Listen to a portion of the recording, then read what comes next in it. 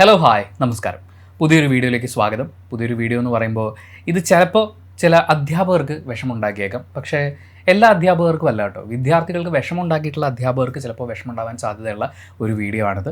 ചില വിദ്യാർത്ഥികൾക്കെങ്കിലും അവരുടെ പഴയ കാലഘട്ടത്തിലെ ചില ഓർമ്മകൾ ചിലപ്പോൾ അങ്ങനെ ട്രിഗറാവുന്ന ഒത്തിരി കാര്യങ്ങളൊന്നും നമ്മൾ പറയുന്നില്ലെങ്കിൽ പോലും ആ സ്കൂൾ കാലഘട്ടത്തിൽ ഓർത്തിരിക്കാൻ ഇഷ്ടമല്ലാത്ത കാര്യങ്ങൾ ഒരുപാടുള്ള ആളുകൾക്ക് അങ്ങോട്ടേക്കുള്ളൊരു യാത്രയായിരിക്കും. സോ ജസ്റ്റ് ഒരു ട്രിഗർ വാണിംഗ് എന്നല്ല, ജസ്റ്റ് ഒന്ന് മനസ്സിൽ വെച്ചേക്കുക. പക്ഷേ നമ്മൾ ഈ വീഡിയോയിലേക്ക് കടക്കുന്നതിന് മുമ്പ് വളരെ പ്രധാനപ്പെട്ട ഒരു കാര്യം നമുക്ക് അഡ്രസ്സ് ചെയ്യേണ്ടതായിട്ടുണ്ട്. കഴിഞ്ഞ 2 ദിവസമായിട്ട് നമുക്ക് സ്ഥിരമായിട്ട് വരുന്നൊരു ക്വസ്റ്റ്യൻ ആണ്, നമ്മൾ ഈ ചാനലിൽ ഇതിന് തൊട്ട് മുൻപ് അപ്ലോഡ് ചെയ്ത ഹൻസിക കൃഷ്ണയുടെ വീഡിയോയ്ക്ക് എന്താ സംഭവിച്ചതെന്ന്. അതിന് നമുക്ക് കോപ്പിറൈറ്റ് കിട്ടിയത്, അത് ഹൻസികയുടെ ഭാഗത്ത് നിന്ന് നമുക്ക് കോപ്പിറൈറ്റ് സ്ട്രൈക്ക് തന്നതാണ്. അങ്ങനെയാണ് ആ വീഡിയോ റിമൂവ് ആയി പോയത്. അതിൻ്റെ റീസൺ ആയിട്ട് ഹൻസിക കൊടുത്തിട്ടുണ്ടായിരുന്നത്, നമ്മൾ ആ വീഡിയോയിൽ മിസ് ഇൻഫർമേഷൻ സ്പ്രെഡ് ചെയ്തു എന്നാണ്. ഹൻസികയ്ക്ക് കോപ്പിറൈറ്റ് കൊടുക്കാൻ സാധിച്ചത് ഒരു മെയിൻ റീസൺ എന്ന് പറയുന്നത്, നമ്മൾ തംബ്നെയിൽ യൂസ് ചെയ്തിട്ടുണ്ടായിരുന്ന ഇമേജ് ഇൻസ്റ്റഗ്രാമിൽ നിന്ന്, ഹൻസികയുടെ ഇൻസ്റ്റഗ്രാം പേജിൽ നിന്ന് നമ്മൾ എടുത്തിട്ടുള്ള ഇമേജ് ആയിരുന്നു. അത് വെച്ചിട്ട് തീർച്ചയായിട്ടും അത് ഹൻസികയുടെ റൈറ്റ് ആണ്, അത് ഹൻസികയ്ക്ക് ക്ലെയിം ചെയ്യാൻ പറ്റും കോപ്പിറൈറ്റ്. പക്ഷേ മിസ് ഇൻഫർമേഷൻ എന്ന് പറഞ്ഞിട്ടുണ്ടായിരുന്നു. നമ്മൾ ആ വീഡിയോ വീണ്ടും ഇരുന്ന് കേൾക്കുകയും കാര്യങ്ങളൊക്കെ ചെയ്തപ്പോഴും അതിനകത്ത് മിസ് ഇൻഫർമേഷൻ എന്താ നമ്മൾ സ്പ്രെഡ് ചെയ്തതെന്ന് അറിയില്ല.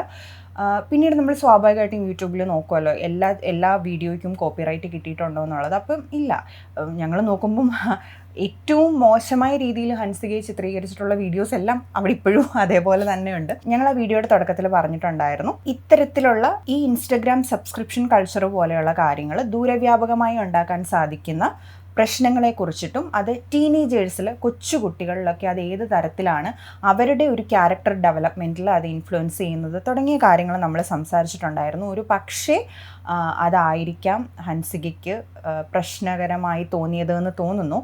പക്ഷേ അത് ഫാക്റ്റല്ലേ, നമുക്കത് സംസാരിച്ചല്ലേ പറ്റുള്ളൂ, നമുക്കത് ഒഴിവാക്കാൻ പറ്റില്ലല്ലോ. നമ്മൾ ആ വീഡിയോ ചെയ്യുന്നതിന് മുൻപ് നമ്മുടെ സൈക്കോളജിസ്റ്റുകളുടെ ടീമുമായിട്ട് നമ്മൾ ഇരിക്കുകയും സംസാരിക്കുകയും ഇതിൻ്റെ ഈ പറയുന്ന തരത്തിൽ ഫ്യൂച്ചറിസ്റ്റിക് ആയിട്ട് ഇതിന് ഇന്ന കാര്യങ്ങളിലുള്ള പ്രോബ്ലംസ് ക്രിയേറ്റ് ചെയ്യപ്പെടാൻ സാധിക്കും എന്ന തരത്തിലുള്ള ഇൻഫർമേഷൻ എടുത്തതിന് ശേഷമാണ് നമ്മൾ ആ വീഡിയോ ചെയ്തത്. ഓഫ് കോഴ്സ് ഞാൻ ഇതിൻ്റെ തുടക്കത്തിൽ പറഞ്ഞ പോലെ അത് ഹൻസികയ്ക്ക് റൈറ്റ് ഉണ്ട് അത് അങ്ങനെ കൊടുക്കാൻ വേണ്ടിയിട്ട്. അപ്പം നമുക്കിനി ഫ്യൂച്ചറിൽ നമുക്ക് എന്തെങ്കിലും വീഡിയോ ചെയ്യണം എന്നുണ്ടെങ്കിൽ നമുക്ക് ചെയ്യാൻ സാധിക്കുന്നത് അത്തരത്തിൽ ഇമേജ് വെക്കാതെ ചെയ്യുക എന്നുള്ളതാണ്. അതുകൊണ്ട് ഇനി ഏതെങ്കിലും വീഡിയോസ് നിങ്ങൾ ഫ്യൂച്ചറിൽ കാണുമ്പോൾ പേര് മാത്രമേ ഉള്ളെങ്കിൽ അത് ഇന്ന റീസൺസ് കൊണ്ടാണ് എന്നുള്ളത് ഒന്ന് മനസ്സിലാക്കുക. പക്ഷേ ഇങ്ങനത്തെ കാര്യങ്ങൾ നമുക്ക് അഡ്രസ്സ് ചെയ്തേ പറ്റുള്ളൂ. നമ്മൾ ഏറ്റവും ഒത്തൻറ്റിക് ആയിട്ടുള്ള സോഴ്സിൽ നിന്ന് അവരുമായിട്ട് ഡിസ്കസ് ചെയ്തതിന് ശേഷം ഞങ്ങൾ നിങ്ങളിലേക്ക് എത്തിക്കുന്ന ഇൻഫർമേഷനാണ്. അപ്പം ആ ഒരു കാര്യം നമ്മൾ തുടരുക തന്നെ ചെയ്യും. എല്ലാ മനുഷ്യരും അവരവരുടേതായിട്ടുള്ള റൈറ്റ് യൂട്ടിലൈസ് ചെയ്യുന്നു എന്നുള്ളതേ ഉള്ളൂ. ഹൻസിക കോപ്പിറൈറ്റ് ക്ലെയിം ചെയ്തു, നമുക്ക് സംസാരിക്കാനുള്ള വിഷയം തുടർന്നുകൊണ്ടേയിരിക്കും എന്നുള്ളതാണ്, അല്ലാതെ ഞങ്ങളായിട്ട് റിമൂവ് ചെയ്തതല്ല. പിന്നെ ആ വീഡിയോയുടെ താഴെ വന്ന കുറച്ച് കമൻറ്റ്സ് ഉണ്ടായിരുന്നു, ഹൻസിക എന്ത് ചെയ്താലും നമ്മളാണ് ഹൻസികയുടെ PR എന്നുള്ള രീതിയിൽ കുറച്ച് കമൻറ്റ്സ് ഉണ്ടായിരുന്നു. അവരൊക്കെ അറിയാൻ വേണ്ടിയിട്ട്, ഹൻസിക ഒരിക്കലും PR-ന് കോപ്പിറൈറ്റ് കൊടുക്കില്ല, പക്ഷെ നമുക്ക് കിട്ടി. ദാറ്റ് മീൻസ് നമ്മൾ PR-ഓ കാര്യങ്ങളോ ഒന്നുമല്ല, ഇങ്ങനൊരു ഇഷ്യൂ വന്നതുകൊണ്ടാണ്. നമുക്ക് വരുന്ന ഫ്യൂച്ചറിൽ നമുക്ക് വരുന്ന വീഡിയോസിൽ നമുക്ക് ഇന്ന കാര്യങ്ങൾ കുറച്ചും കൂടി ശ്രദ്ധിച്ച് നമുക്ക് ഡീൽ ചെയ്യാം. അതായത് ടോപ്പിക്കിൻ്റെ കാര്യമല്ല പറയുന്നത്, ടോപ്പിക്കിൽ ഓൾവേസ് നമ്മൾ ശ്രദ്ധിച്ച് തന്നെ ഡീൽ ചെയ്യുക. പക്ഷേ ഇമേജസ് കാര്യങ്ങളൊക്കെ യൂസ് ചെയ്യുന്ന സമയത്ത് നമ്മൾ കുറച്ചും കൂടി ജാഗരൂകരായിരിക്കാം.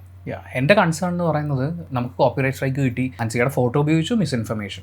ഫോട്ടോ ഉപയോഗിച്ചത് അവർക്ക് വേണമെങ്കിൽ കോപ്പിറൈറ്റ് സ്ട്രൈക്ക് തരാം. പക്ഷേ ഹൻസിക ഒരു പബ്ലിക് ഫിഗറായിട്ട് നിൽക്കുമ്പോൾ അവരുടെ ഫോട്ടോ അവരുടെ ഇൻസ്റ്റാഗ്രാം അക്കൗണ്ടിൽ നിന്നല്ലാതെ എനിക്ക് അവരുടെ വീട്ടിൽ ചെന്നിട്ട് കോപ്പിറൈറ്റ് ഇല്ലാത്ത ഫോട്ടോ തരുമെന്ന് ചോദിക്കാനൊന്നും പറ്റില്ലല്ലോ. അപ്പം എല്ലാ സെലിബ്രിറ്റീസിൻ്റെയും നമ്മൾ അങ്ങനെ തന്നെയാണ് എടുക്കുന്നത്.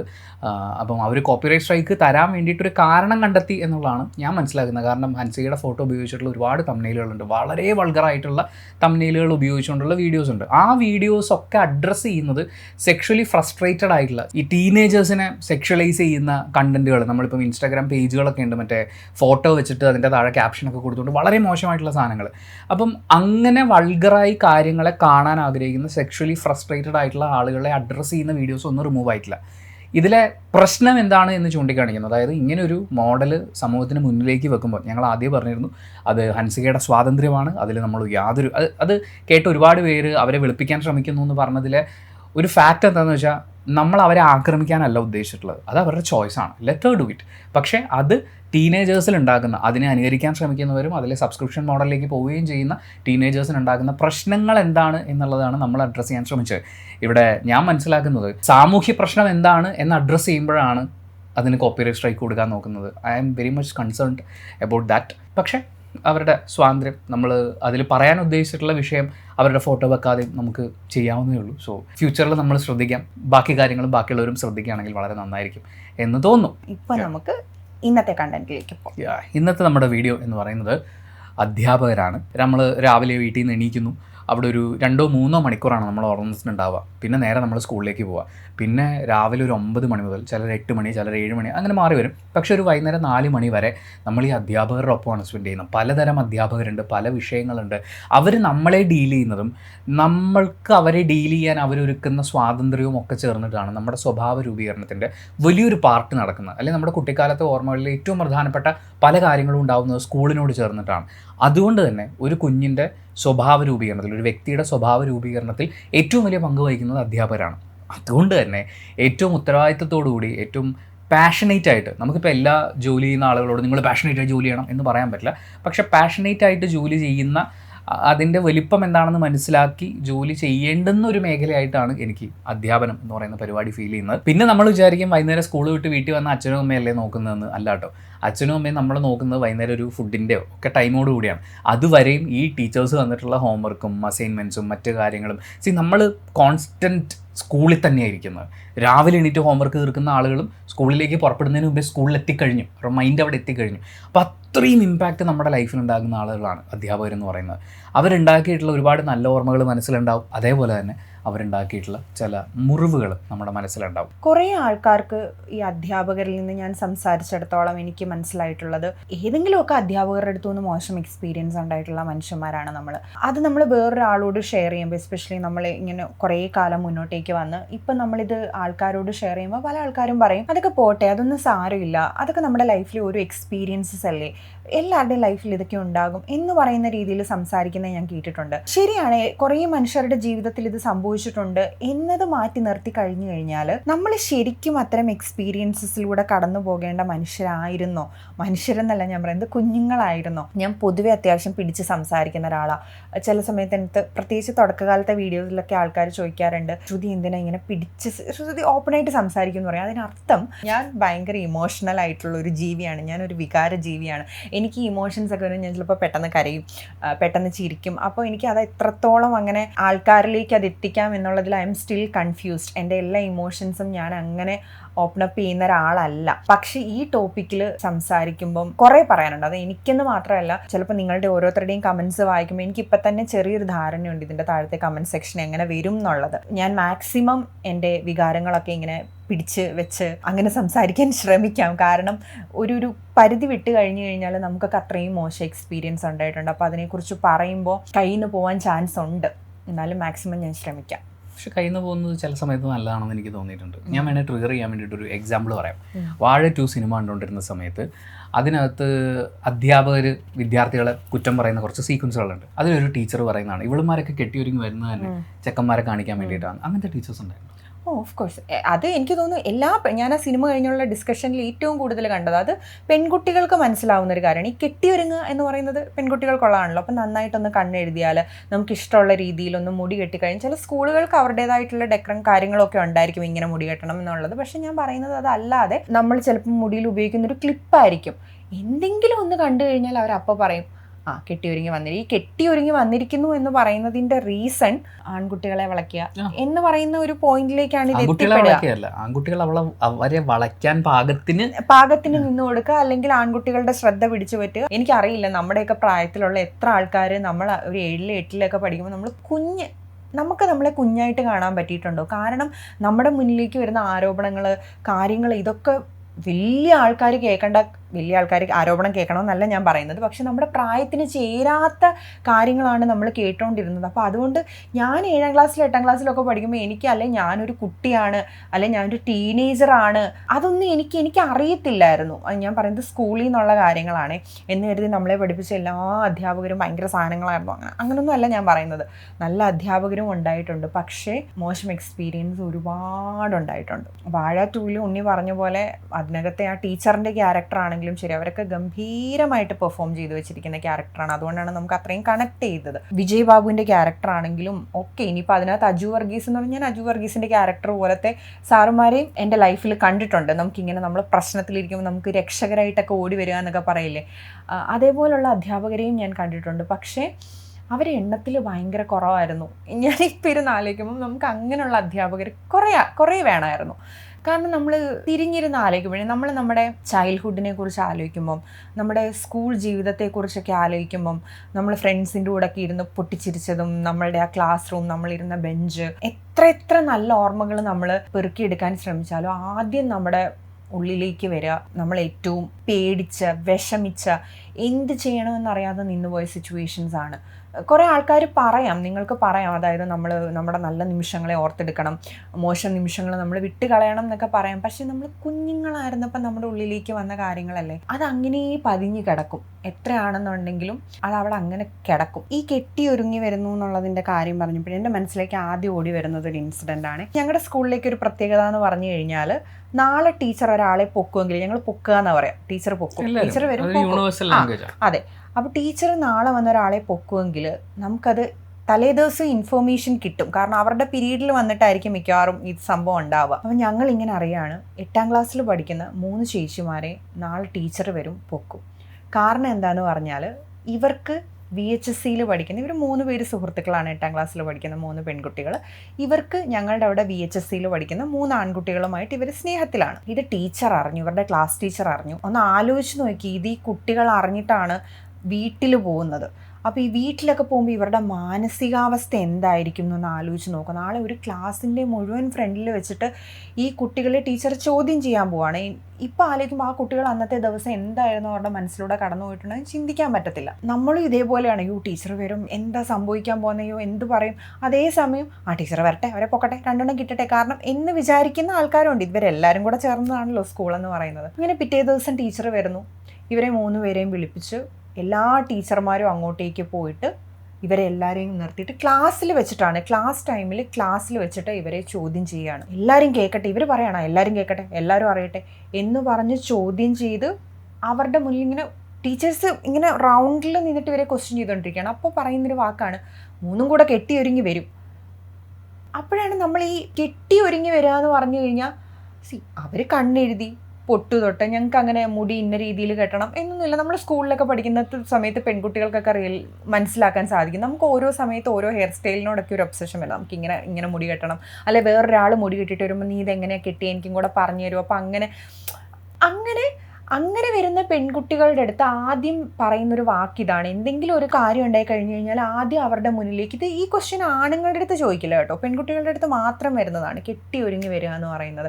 എനിക്കിപ്പോഴും ഓർമ്മയുണ്ട്. എന്നിട്ട് ഈ 3 പെൺകുട്ടികൾക്ക് ആ ഒരൊറ്റ ഇൻസിഡൻറ്റോട് കൂടിയിട്ട് ഈ VHSCയിൽ പഠിക്കുന്ന കുട്ടികൾ നടക്കുന്ന വഴി വരെ, അതായത് ഈ 3 പേർക്ക് നടക്കാനുള്ള വഴി വരെ സ്കൂളിൽ നിന്ന് മാറ്റി. നിങ്ങളിങ്ങനെ കറങ്ങി തിരിഞ്ഞ്, അതായത് മറ്റേ ദൃഷ്ടി പോലും പതിഞ്ഞുകൂടാ എന്ന് പറയുന്ന ലെവലിലേക്ക്, അത്തരത്തിലൊക്കെയാണ് സ്കൂളാണ്, കോളേജുകളാണ്, കുട്ടികൾ തമ്മിൽ അങ്ങോട്ടും ഇങ്ങോട്ടും ഇഷ്ടം, സ്നേഹം, പ്രണയം ഇതെല്ലാം ഉണ്ടാവും. അതിനെ പോലും ഒന്ന് പ്രോപ്പറായിട്ട്, ഞാൻ പറയുന്നത് അന്നത്തെ കാലത്ത് അധ്യാപകർക്ക് കിട്ടിയിരുന്ന ട്രെയിനിങ്ങും അങ്ങനെയാണ്. നമ്മളൊക്കെ സൊസൈറ്റിയുടെ ബൈ പ്രോഡക്റ്റുകളാണല്ലോ. പക്ഷെ എന്നാലും ഞാനിപ്പോൾ ആലോചിക്കുമ്പോൾ അങ്ങനെയൊന്നും ആയിരുന്നില്ല അവരെയൊക്കെ ട്രീറ്റ് ചെയ്യേണ്ടിയിരുന്നത്. പിന്നീട് അങ്ങോട്ടേക്ക് അവരവിടെ പഠിക്കുന്ന കാലം അത്രയും അറിയപ്പെട്ടിരുന്നത് ഈ ഇൻസിഡൻറ്റിൻ്റെ പേരിലാണ്. അവരത്രയും വർഷം എന്തുമാത്രം വിഷമം അനുഭവിച്ചിട്ടുണ്ടാവും. ആമ്പിള്ളേർ നേരിടുന്ന പ്രശ്നങ്ങൾ, മുടി നീട്ടി വളർത്തുക, നമുക്ക് മീശയും താടിയും വന്നു തുടങ്ങുന്ന പ്രായമാണല്ലോ, ഹൈസ്കൂൾ, ഹയർ സെക്കൻഡറി ഒക്കെ. ആ സമയത്ത് ചിലപ്പോൾ അധ്യാപകർ വരെ ചില കൗണ്ടർ അടിച്ചിട്ട് പോകും. അതുണ്ടാക്കുന്നൊരു മനപ്രയാസമുണ്ട്. അത് കേൾക്കുമ്പം വളരെ സിമ്പിളായിട്ടുള്ളൊരു കാര്യമായിട്ട് തോന്നും, പക്ഷേ ഇറ്റ് അഫക്ട്സ്. പ്രത്യേകിച്ച് കൂടെയുള്ള പിള്ളേർക്കൊക്കെ ഒരു പൊടിമീശയൊക്കെ വന്നു തുടങ്ങുന്ന സമയത്ത് നമുക്ക് വരുന്നില്ല, അല്ലെങ്കിൽ കൂട്ടത്തിൽ ആദ്യം മീശ വന്ന് തുടങ്ങുന്നവനെക്കുറിച്ച് പറയുന്നത്, ഇങ്ങനെയുള്ള കുറച്ച് കാര്യങ്ങൾ പ്രശ്നം ഉണ്ടാക്കും. അവിടെ അധ്യാപകർ കൗണ്ടർ അടിച്ചു പോകുന്നു എന്നുള്ളത് മാത്രമല്ല പ്രശ്നം, പിള്ളേർ തമ്മിൽ കൗണ്ടർ അടിക്കാതിരിക്കാൻ വേണ്ടിയിട്ട് അധ്യാപകർ ഇതിനെക്കുറിച്ച് പഠിപ്പിച്ചു കൊടുക്കുക എന്നുള്ളത് അത് വളരെ പ്രധാനപ്പെട്ട കാര്യമാണ്. അതും സംഭവിക്കുന്നില്ല. അതും അധ്യാപകരുടെ, പ്രത്യേകിച്ച് ഈ ഹൈസ്കൂൾ, ഹയർ സെക്കൻഡറി അധ്യാപകരുടെ ഒരു പ്രശ്നമാണ്. എനിക്ക് കുറേ നല്ല ടീച്ചേഴ്സ്, എണ്ണത്തിൽ കൂടുതൽ എനിക്ക് നല്ല ടീച്ചേഴ്സാണെന്ന് തോന്നുന്നു. കാരണം അത് വേറൊന്നും കൊണ്ടല്ല, ഞാൻ കേരളത്തിലെ ഒരുവിധപ്പെട്ട ജില്ലകളൊക്കെ കവർ ചെയ്താണ് പഠിച്ചത്. അപ്പം നമ്മൾ ഒരു സ്കൂളിൽ 1ാം ക്ലാസ് മുതൽ 10ാം ക്ലാസ് വരെ പഠിക്കുമ്പോൾ ശ്രുതി പറഞ്ഞ പോലെ അവിടെ ഇവിടെ കുറച്ച് ടീച്ചേഴ്സ് കണ്ടിന്യൂസ് ഉണ്ടാവും. എനിക്കെന്താണെന്ന് വെച്ചാൽ, ഞാൻ 1ാം ക്ലാസ്സും 2ാം ക്ലാസ്സും പഠിച്ചത് കണ്ണൂരാണ്. അപ്പോൾ അവിടെ രാധാവിലാസം UP സ്കൂള്, എൻ്റെ ഓർമ്മ ശരിയാണെങ്കിൽ പാർവതി എന്നെന്തോണ് ടീച്ചറിൻ്റെ പേര്. അപ്പം ടീച്ചർ, ഞാനിങ്ങനെ എണീറ്റ് നിന്നിട്ട് ഈ ഹാജർ പറയേണ്ട സിറ്റുവേഷൻ, അതായത് പേര് വായിക്കുമ്പോൾ നമ്മൾ ഹാജർ എന്ന് പറയണം.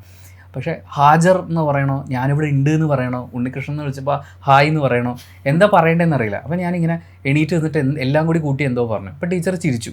അത് കഴിഞ്ഞ് അവരെനിക്ക് വന്ന് പറഞ്ഞു തന്നു, ഇങ്ങനെയാണ് നമ്മൾ പറയേണ്ടത്. അതുപോലെ ഓരോ സിറ്റുവേഷനിൽ ഇങ്ങനെ ഓരോന്നൊക്കെ ചൂണ്ടിക്കാണിച്ച് തരിക. 3ാം ക്ലാസ് ഞാൻ പാലക്കാട് പുത്തൂർ UP സ്കൂളിലാണ് പഠിച്ചത്. അപ്പോൾ അവിടെ എന്നെ ക്ലാസ്സിൽ ഒരു പെൺകുട്ടി കളിയാക്കി. ഞാൻ മൊട്ട എന്ന് പറഞ്ഞു. കോഴി മുട്ട ആണല്ലോ, മൊട്ട എന്ന് പറഞ്ഞു. അയ്യേ ടീച്ചർ, ഈ കുട്ടി മൊട്ട എന്ന് പറയുന്നു, മുട്ടയല്ലേ എന്നൊക്കെ ചോദിച്ച് ടീച്ചർ എടുത്ത് തന്നു. അപ്പോൾ ഖദീജ എന്ന് പറഞ്ഞൊരു ടീച്ചറാണ് എന്നെ പഠിപ്പിച്ചുകൊണ്ടിരുന്നത്.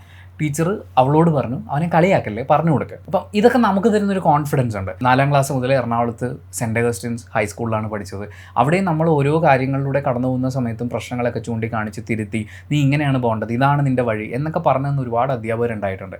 പക്ഷേ ഇതിനിടയിൽ എനിക്കിപ്പോഴും ഓർത്തിരിക്കുന്ന ഒരു ഇൻസിഡൻ്റ് എന്ന് പറയുന്നത്, ഞങ്ങളുടെ ക്ലാസ്സിലൊരു പയ്യനുണ്ടായിരുന്നു, കൂട്ടത്തിൽ ഹൈറ്റ് കുറവ്. ഞാനത് ഇന്ന് ആലോചിക്കുമ്പോൾ ഞാൻ അവൻ്റെ സൈഡിൽ നിന്ന് ആലോചിക്കുന്നതുകൊണ്ടാണ് ഈ ഒരു കാര്യം പറയുന്നത്. അല്ലെങ്കിൽ അവനെ സംബന്ധിച്ച് അവൻ വളരെ ചെറിയ പ്രായം തൊട്ട് ജിമ്മിൽ പോകുന്നുണ്ട്. അവൻ അച്ഛൻ ജിമ്മൊക്കെ ഉണ്ട്. അപ്പോൾ ഇവനൊരു 5ാം ക്ലാസ് 6ാം ക്ലാസ് സമയം എന്നൊക്കെ പറഞ്ഞാൽ ഭയങ്കര കലിപ്പാണ്. ഒന്ന് പറഞ്ഞ് 2 നമ്മൾ കഴുത്തിന് കയറി പിടിക്കും. അപ്പോൾ ഇവൻ ഈ ജിമ്മിലൊക്കെ പോകുന്നതുകൊണ്ട് കൈ ഭയങ്കര സ്ട്രോങ്ങാണ്. ഇവിടെ പിടിച്ച് കഴിഞ്ഞാൽ പിടിച്ചതാണ്. അപ്പം നമ്മൾ അവനെ ഇടിച്ചൊതുക്കാൻ നോക്കി, നടക്കുന്നില്ല. ഉന്തും തള്ളുമൊക്കെ ആയിട്ട്. പിന്നെ ഇവന് മിമിക്രി നന്നായിട്ട് അറിയാം, നന്നായിട്ട് ഡാൻസ് കളിക്കും, കുറേ പരിപാടികളുണ്ട്. ഇവൻ ഒരു ഷോ ഓഫാണ്, വെറുതെ നമ്മുടെ മെക്കിട്ട് കയറണം, മറ്റേ ഒറ്റയാന്നൊക്കെ പറഞ്ഞ പോലെ ഇങ്ങനെ നടക്കാം. ഒരു ദിവസം അവൻ ഒരു കുരുത്തക്കേട് കാണിച്ചു. ഞങ്ങൾ ക്ലാസ്സിലെ ആമ്പിള്ളേരൊരു 4-5 പേര് കൂടിയിട്ട് നമ്മുടെ ഒരു സാറുണ്ട്, പുള്ളിയോട് പറഞ്ഞു, കംപ്ലയിൻറ്റ് പറഞ്ഞു. അപ്പം പ്രശ്നം കുറച്ച് ഗുരുതരമായിരുന്നു. അപ്പോൾ അദ്ദേഹം അന്ന് അവനെ തല്ലിയെന്ന് പറഞ്ഞാൽ ചൂരലിന് അവനെ 2 കൈയെടുത്ത് മേശപ്പുറത്ത് വെച്ചിട്ട് നിങ്ങൾ എണ്ണിക്കോളാൻ പറഞ്ഞിട്ട് പുള്ളി അന്ന് അടിച്ചു. അതിനുശേഷം അവൻ്റെ അമ്മ സ്കൂളിൽ വന്നപ്പോഴും ഞങ്ങൾ അവൻ്റെ അമ്മയുടെ അടുത്തും പറഞ്ഞായിരുന്നു, ഇവൻ ഭയങ്കര പ്രശ്നം. കാര്യം അവൻ അത്രയും അറ്റാക്കിങ് സാധനമൊക്കെ ആയിരുന്നു. അന്നിങ്ങനെ അടിച്ചു. അത് കഴിഞ്ഞിട്ട് അവൻ ഇപ്പോൾ എന്നേക്കാൾ ഹൈറ്റൊക്കെ ഉണ്ട്. ഈ ഹൈറ്റ് ഞാൻ എന്തിനാ പറയണമെന്ന് വെച്ചാൽ, ഞങ്ങളുടെ ക്ലാസ്സിൽ അന്നുണ്ടായിരുന്നതിൽ ഹൈറ്റ് കുറവുള്ളായിരുന്നു. അതിൻ്റെ പേരിൽ അവനെ കുറേ കളിയാക്കിയിട്ടുണ്ട്. അവൻ ഇത്രയൊക്കെ പെർഫോം ചെയ്ത് കഴിയുമ്പോഴും അവനെ എന്തിൻ്റെങ്കിലൊക്കെ പേരിൽ ആളുകൾ ഒറ്റപ്പെടുത്തുന്നു. ഒരു പക്ഷേ അതായിരിക്കാം അവൻ കൂട്ടത്തിൽ പെടാൻ നടന്നിരുന്നത്, അവൻ്റെ പെട്ടെന്നുള്ള ദേഷ്യത്തിന് കാരണം. ഇതൊന്നും നമുക്കന്നറിയില്ല. ഒരു പക്ഷേ ഒരു അധ്യാപകനോ അധ്യാപികയോ അത് ഐഡൻറ്റിഫൈ ചെയ്തിരുന്നെങ്കിൽ, ഞങ്ങളെയും കൂടി വിളിച്ചിട്ട് എല്ലാവരും ഇരിക്കുമ്പോൾ, മക്കളെ നിങ്ങൾ ഇങ്ങനെയൊന്നും അല്ല ഇത് ഡീൽ ചെയ്യേണ്ടത് എന്ന് പറഞ്ഞിരുന്നെങ്കിൽ, ഒരു പക്ഷേ അവൻ കുറേം കൂടി നന്നായി ഞങ്ങൾ അവനോട് വളരെ നന്നായിട്ടൊക്കെ പെരുമാറിയനെ. ഒരു ഹൈസ്കൂളൊക്കെ ആയി കഴിഞ്ഞപ്പോൾ നമ്മളെല്ലാവരും ഒന്ന് കമ്പനിയായി അങ്ങോട്ടും ഇങ്ങോട്ടൊക്കെ മിങ്കിളായി കഴിയുമ്പോൾ എല്ലാവരും കണക്റ്റ് ആവുമല്ലോ. ആ സമയത്ത് ഓക്കെ ആയിരുന്നു. പക്ഷേ അന്ന് എന്തിനാണ് പുള്ളി അത്രയും തല്ലിയെന്നുള്ളത് ഞാൻ ഇപ്പോൾ ആലോചിക്കുമ്പോൾ, ഞങ്ങളൊക്കെ എരികേറ്റിട്ടുണ്ട്, ഞാൻ അതിലൊരു മഹാഭാപിയാണ്. പക്ഷേ അന്ന് പുള്ളി അങ്ങനെ ഡീൽ ചെയ്യണ്ടായിരുന്നു എന്ന് എനിക്ക് തോന്നിയിട്ടുണ്ട്. ഒരു പക്ഷേ ഇത്രയും പിള്ളേർ എന്ന് കംപ്ലയിൻറ്റ് പറയുമ്പോൾ അങ്ങേരുടെ ദേഷ്യത്തിന് ചെയ്തായിരിക്കും. പക്ഷെ അപ്പോൾ പോലും അത് പാടില്ല. അതേപോലെ ഹിന്ദി പഠിപ്പിക്കുന്ന ഒരു സാറുണ്ടായിരുന്നു. നമ്മൾ തല്ലുമ്പോൾ കൈ ഇങ്ങനെ വെക്കണം, ഇങ്ങനെ വെച്ചിട്ടല്ല, ഹോംവർക്ക് ചെയ്തില്ലെങ്കിൽ ഇങ്ങനെ വെക്കണം, എന്നിട്ട് ഈ വിരലിൻ്റെ മുകളിലാണ് പുള്ളി ചൂരലിനടിക്കുക. അങ്ങനെ ഒരു പരിപാടി ഉണ്ടായിരുന്നു. ഇങ്ങനെ വളരെ ഡിഫറെൻ്റ് ആയിട്ടുള്ള പരിപാടികളൊക്കെ ഉണ്ടായിരുന്നു. എന്നിട്ടും ഞാൻ ഹിന്ദി പഠിച്ചില്ല. 10ാം ക്ലാസ്സിൽ എത്തിക്കഴിഞ്ഞപ്പോൾ ഒരു സിസ്റ്റർ ഹിന്ദി പഠിപ്പിക്കാൻ വന്നു. അപ്പോൾ പുള്ളിക്കാരി ബോർഡിൽ എല്ലാ അക്ഷരങ്ങളും എഴുതിയിട്ട് ചോദിച്ചു, ഇതൊക്കെ നിങ്ങൾക്ക് ഉച്ചരിക്കാൻ അറിയാമെന്ന് ചോദിച്ചു. ആർക്കും ഇതിനെക്കുറിച്ചൊരു പിടിയില്ല. നമ്മളെല്ലാം മറ്റേ കാക്ക കാക്ക ങ ആണല്ലോ പറയുന്നത്. പക്ഷേ കാ ഘ ഗ ങ ആ സാധനമൊക്കെ പുള്ളിക്കാരി ഹിന്ദി ടീച്ചറാണ് അത് പഠിപ്പിച്ചു തരുന്നത്. അങ്ങനെ അവർ അക്ഷരം ഒന്നേന്ന് പഠിപ്പിച്ച്, ശരിക്കും 10ാം ക്ലാസ്സിൽ എനിക്ക് ഹിന്ദി ഞാൻ പാസ്സായത് അവരങ്ങനെ പഠിപ്പിച്ചതുകൊണ്ടാണ്. അതിനു മുമ്പ് ഈ തല്ലി പഠിപ്പിച്ച ഒരു ഹിന്ദി ക്ലാസ് കൊണ്ടും എനിക്കൊരു ഉപകാരം ഉണ്ടായിട്ടില്ല. അങ്ങനെ പലതരം അധ്യാപകരുണ്ട്, പലതരം ഇൻസിഡൻസ് ഉണ്ട്. പക്ഷേ എൻ്റെ ലൈഫിലെ ടേണിംഗ് പോയിന്റ്സ് ഉണ്ടാക്കിയിട്ടുള്ളതിലും അധ്യാപകരുണ്ടായിട്ടുണ്ട്. ക്ലെയർ സിസ്റ്റർ ഞാൻ എപ്പോഴും പറയും, ഞാൻ സംസാരിക്കുന്നുണ്ടെങ്കിൽ വാക്കുകൾ അടുക്കി പെറുക്കി വെച്ചുകൊണ്ട് സംസാരിക്കാനും അത് നന്നായി അവതരിപ്പിക്കാനുള്ള കഴിവ് എനിക്കുണ്ട് എന്ന് ഞാൻ 8ാം ക്ലാസ്സിൽ പഠിക്കുമ്പോൾ എനിക്ക് പ്രൂവ് ചെയ്ത് തന്ന, ഒരുപക്ഷെ എൻ്റെ ചുറ്റും ഉണ്ടായിരുന്ന മറ്റ് അധ്യാപകർക്കും വിദ്യാർത്ഥികൾക്കും എല്ലാം പ്രൂവ് ചെയ്ത് കൊടുത്തത് ക്ലെയർ സിസ്റ്ററാണ്. അപ്പോൾ അങ്ങനെ ഒരാളുണ്ട്, അങ്ങനെയും കുറേ ആളുകളുണ്ട്. പക്ഷേ ഇതിനിടയിൽ ഇങ്ങനത്തെ കുറച്ച് ഞാൻ എപ്പോഴും ആലോചിക്കും, എന്തുകൊണ്ടാണ് അങ്ങനെ ചിന്തിക്കാതിരുന്നത് എന്നുള്ളത്. ഇടയ്ക്ക് നമ്മുടെ ഒരു വലിയ ആശ്വാസം എന്താ പറയുക, ട്രെയിനിങ് ടീച്ചേഴ്സ് വരും, TTC ടീച്ചേഴ്സ്. അവർ വന്നു കഴിഞ്ഞാൽ പിന്നെ ഉത്സവമാണ്. കാര്യം ഇവരെല്ലാവരും നമ്മളോട് ഭയങ്കര ഫ്രണ്ട്ലിയാണ്. അപ്പം ഇവർ ചാർട്ടൊക്കെ വരച്ചുകൊണ്ട് വരും, നമുക്ക് കാര്യങ്ങൾ പറഞ്ഞു തരും. അതിൽ സുജാത എന്ന് പറഞ്ഞിട്ടൊരു ടീച്ചർ ഉണ്ടായിരുന്നു. ഞങ്ങൾ 7 പഠിക്കുമ്പോൾ ഞങ്ങൾ എന്നിട്ട് ടീച്ചർ അവരുടെ പരിപാടി കഴിഞ്ഞു പോയി. എന്നിട്ട് അവരുടെ വീട്ടിലേക്ക് ഞങ്ങളെ വിളിച്ചു, ഞങ്ങൾക്ക് നമ്പർ തന്നു, ഞങ്ങൾ അവരുടെ വീട്ടിൽ പോയി ഫുഡൊക്കെ കഴിച്ചു, ഭയങ്കര കമ്പനിയായിട്ട്. അപ്പോൾ എൻ്റെ അമ്മയുടെ പേരും സുജാത എന്നാണെന്നൊക്കെ ഇവരോട് പറഞ്ഞുകൊണ്ട് ഇവർക്ക് എന്നെ ഭയങ്കര കാര്യമായിരുന്നു. അപ്പം ഞങ്ങൾ വൻ പൊളിയായിട്ട്. അപ്പം അങ്ങനെ നമ്മളെ ചില സിനിമയിലൊക്കെ കാണുമ്പോൾ, അതേപോലെ നമ്മുടെ സുധീഷ് പയ്യന്നൂരിനോട് കഴിഞ്ഞ ദിവസം സംസാരിച്ചപ്പോൾ, ഈ സ്റ്റുഡൻസ് ചില ആൾക്കാർ, സാർ ഇന്ന് ഫുഡ് കഴിക്കാൻ പൈസയില്ല, ഒരു 100 രൂപ ഇട്ട് വരുമോ എന്നൊക്കെ ചോദിക്കുമ്പോൾ, അങ്ങനെ ചോദിക്കാനുള്ളൊരു സ്പേസ് കുട്ടികൾക്ക് ഈ അധ്യാപകൻ കൊടുക്കുന്നു എന്നുള്ളത്. ഇന്നത്തെ അധ്യാപകർ ഒരുപാട് മാറിയിട്ടുണ്ട്. പക്ഷേ നമ്മൾ കടന്നു വന്നിട്ടുള്ള വഴികളിലുള്ള ചില അധ്യാപകർ നമുക്ക് നല്ലത് ഓർത്തെടുക്കാൻ ബുദ്ധിമുട്ടുണ്ടാക്കാറുണ്ട്. ആ അധ്യാപകരെ കുറിച്ചാണ് നമ്മൾ സംസാരിക്കുന്നത്. അല്ലാതെ ബാക്കി എല്ലാ അധ്യാപകരും അധ്യാപനം ഒരു ജോലിയായിട്ടോ അല്ലെങ്കിൽ ഒരു സർവീസ് ആയിട്ടോ അല്ലെങ്കിൽ ഒരു പാഷനായിട്ടോ ഒക്കെ കാണുന്ന ആളുകളെ കുറ്റപ്പെടുത്താനുള്ള പരിപാടിയല്ല കേട്ടോ. എല്ലാ സ്കൂളുകൾക്കും അവരവരുടേതായിട്ടുള്ള കുറച്ച് റൂൾസ് ആൻഡ് റെഗുലേഷൻസ് കാര്യങ്ങളൊക്കെ ഉണ്ടാവും. നമ്മൾ അവിടെ പഠിക്കുന്ന സമയത്ത് അതനുസരിക്കേണ്ടത് നമ്മുടെ ചുമതലയാണ്. പക്ഷേ എന്തിനാണ് ഇങ്ങനെ ചെയ്യുന്നത്, അല്ലെങ്കിൽ ഇത് നമുക്കെല്ലാം ഈ തെറ്റാണ് എന്ന് പറഞ്ഞു തരിക,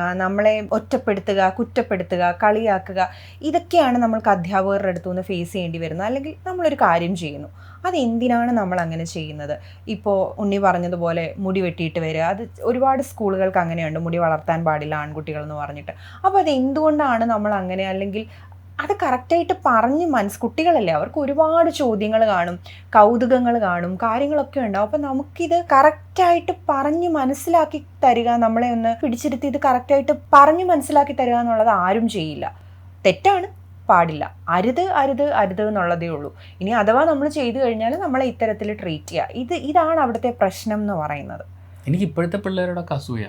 കാര്യം മറ്റേ ഇച്ചുവൊക്കെ അവൻ മുടിയൊക്കെ അവന് ഇഷ്ടമുള്ള സ്റ്റൈലിലൊക്കെ വെട്ടിയിട്ട് പോവും. ഇപ്പോൾ പല സ്കൂളുകളും പിന്നെ അത് അലോ ചെയ്യുന്നുണ്ട്. പക്ഷെ നമ്മുടെയൊക്കെ ഒരു സമയത്ത് പറ്റ വെട്ടണം, ഈ ചെവിയുടെ മുകളിൽ കൂടി ഇങ്ങനെ കട്ട് ചെയ്ത് ഒരു ഷേപ്പിൽ കട്ട് ചെയ്തിട്ട്, അതായത് എല്ലാവരും മറ്റേ ജയിലിൽ നിന്ന് ഇറങ്ങിയ പോലെ ഇരിക്കും. അങ്ങനെ മുടി വെട്ടിക്കൊണ്ട് പോകണം, മുടി വെട്ടിയില്ലെങ്കിൽ പ്രശ്നം, വീട്ടിൽ നിന്ന് വിളിപ്പിക്കുക, കോളർ, പിന്നെ പാൻറ്റിൻ്റെ ഹെമ്മില്ലേ ഏറ്റവും താഴെ, അത് മെലിഞ്ഞിരുന്ന പ്രശ്നം, അത് കുറച്ച് വീതിയിലിരുന്ന പ്രശ്നം. എനിക്ക് തോന്നുന്നു പെൺകുട്ടികൾക്കും ഈ പറഞ്ഞ ചുരിദാർ, സ്ലിറ്റ് പ്രശ്നമാണ്. ഈ സ്ലിറ്റിന്റെ ഒക്കെ ഒരു അളവൊന്നും, ഒരു ലേശമൊന്ന്, അതൊരു ഒട്ടും പ്രശ്നകരമായ കാര്യമൊന്നും ആയിരിക്കില്ല. പക്ഷെ നമ്മളെ കാറ്റഗറൈസ് ചെയ്യും. ചുരിദാറിന്റെ നെക്ക്, കാരണം നമുക്ക് മിക്കവാറും വരുന്നത് ചുരിദാർ ആയിരിക്കുമല്ലോ യൂണിഫോം ആയിട്ട് വരുന്നത്.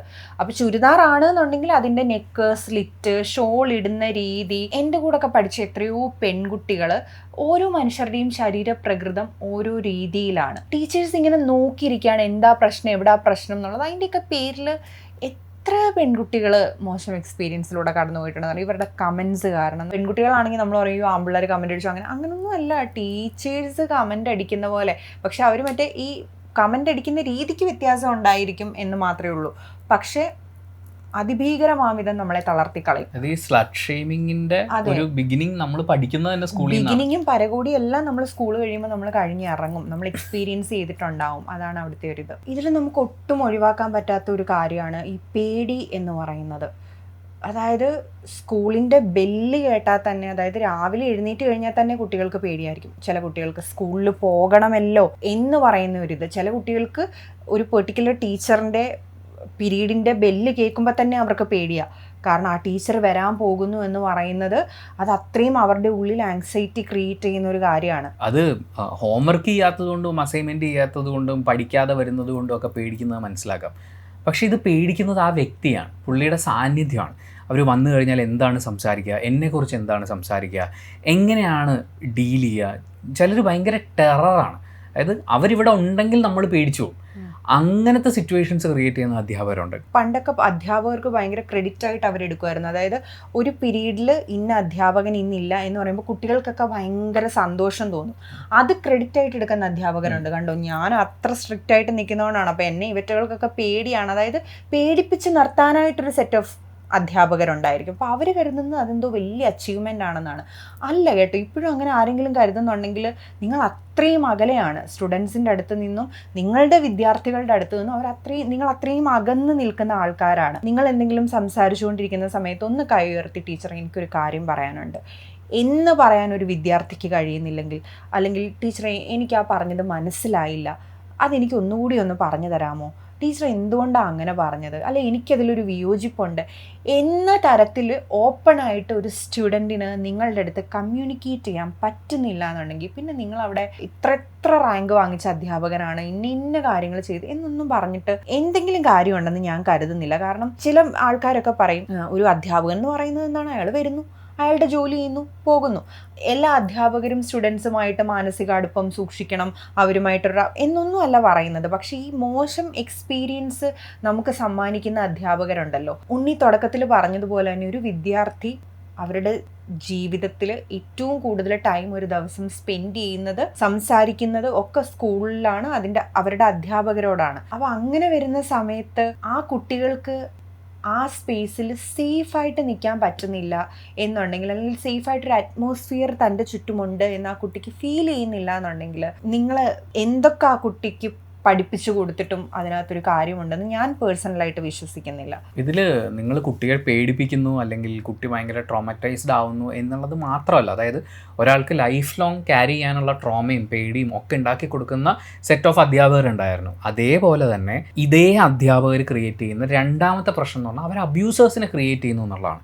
കാരണം അബ്യൂസ് ചെയ്യപ്പെടുന്ന ഒരാൾ ഭയം എന്ന് പറയുന്ന ഒരു ഫാക്ടർ എങ്ങനെ വർക്കാവുന്നു എന്നുള്ളത് മനസ്സിലാക്കുക. അതായത് അവർ പേടിക്കുന്നുണ്ട്, ടെൻഷനുണ്ട്, ട്രോമറ്റൈസ്ഡ് ആണ്, എല്ലാം ഉണ്ട്. പക്ഷെ അവർക്ക് മനസ്സിലായി ഫിയർ എന്ന് പറയുന്ന ഒരു സാധനം എങ്ങനെ വർക്ക് ചെയ്യുന്നു എന്നുള്ളത്. അതിൽ ചില ആൾക്കാരെങ്കിലും അവർക്ക് എപ്പോഴാണോ പവർ കയ്യിലേക്ക് വരുന്നത് അവർ അബ്യൂസേഴ്സായിട്ട് മാറാനുള്ള സാധ്യത. അത് ചിലപ്പം അവരുടെ മക്കളോടായിരിക്കും, ചിലപ്പോൾ അവരുടെ പാർട്ട്ണറോടായിരിക്കും, ഓഫീസിൽ കൂടെ ജോലി ചെയ്യുന്നവരോടായിരിക്കും, ആരോട് വേണമെങ്കിലും ആവാം, ചിലപ്പോൾ കൂട്ടുകാരിൽ തന്നെ പ്രായം കുറഞ്ഞിട്ടുള്ള ആൾക്കാരോടാവാം. അങ്ങനെ ഇവിടെ ഇരകളെയും വേട്ടക്കാരെയും സൃഷ്ടിക്കുന്നു എന്നുള്ളതാണ് അങ്ങനത്തെ അധ്യാപകർ ചെയ്യുന്ന ഒരു പ്രശ്നം. എൻ്റെ ഒരു ഫ്രണ്ട് ഉണ്ടായിരുന്നു, ഞാൻ അവനെ വളരെ കുഞ്ഞുനാൾ തൊട്ട് കാണുന്നതാണ്, ഞങ്ങൾ ചെറുപ്പത്തിലേ ഉള്ള കൂട്ടുകാരാണ്.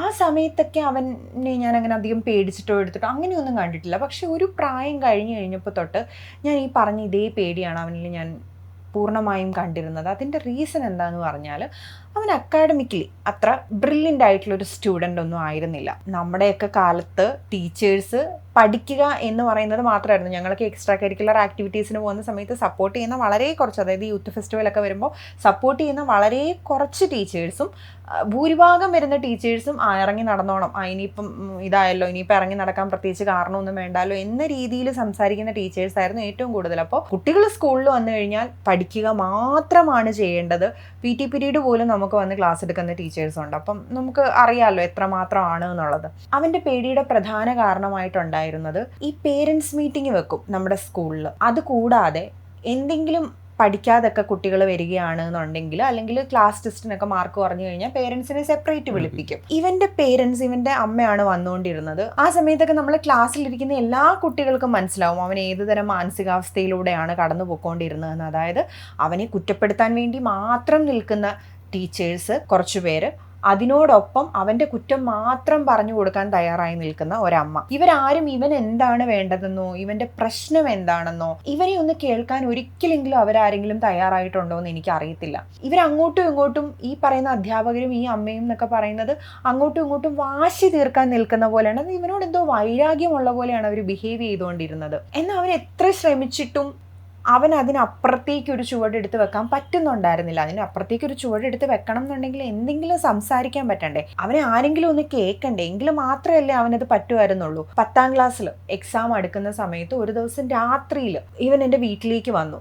വീട്ടിലേക്ക് വരുമ്പോൾ ഇവൻ ഭയങ്കരമായിട്ട് ടെൻഷൻ അടിച്ച് പേടിച്ച് എന്താ പറയുക, നമ്മൾ വിറച്ചിട്ടൊക്കെ വരിക എന്ന് പറയില്ലേ, അങ്ങനെയാണ് ആ കുഞ്ഞ് വന്നത്. വന്നിട്ട് എന്നോട് എൻ്റെ നോട്ട്ബുക്ക് ചോദിച്ചു.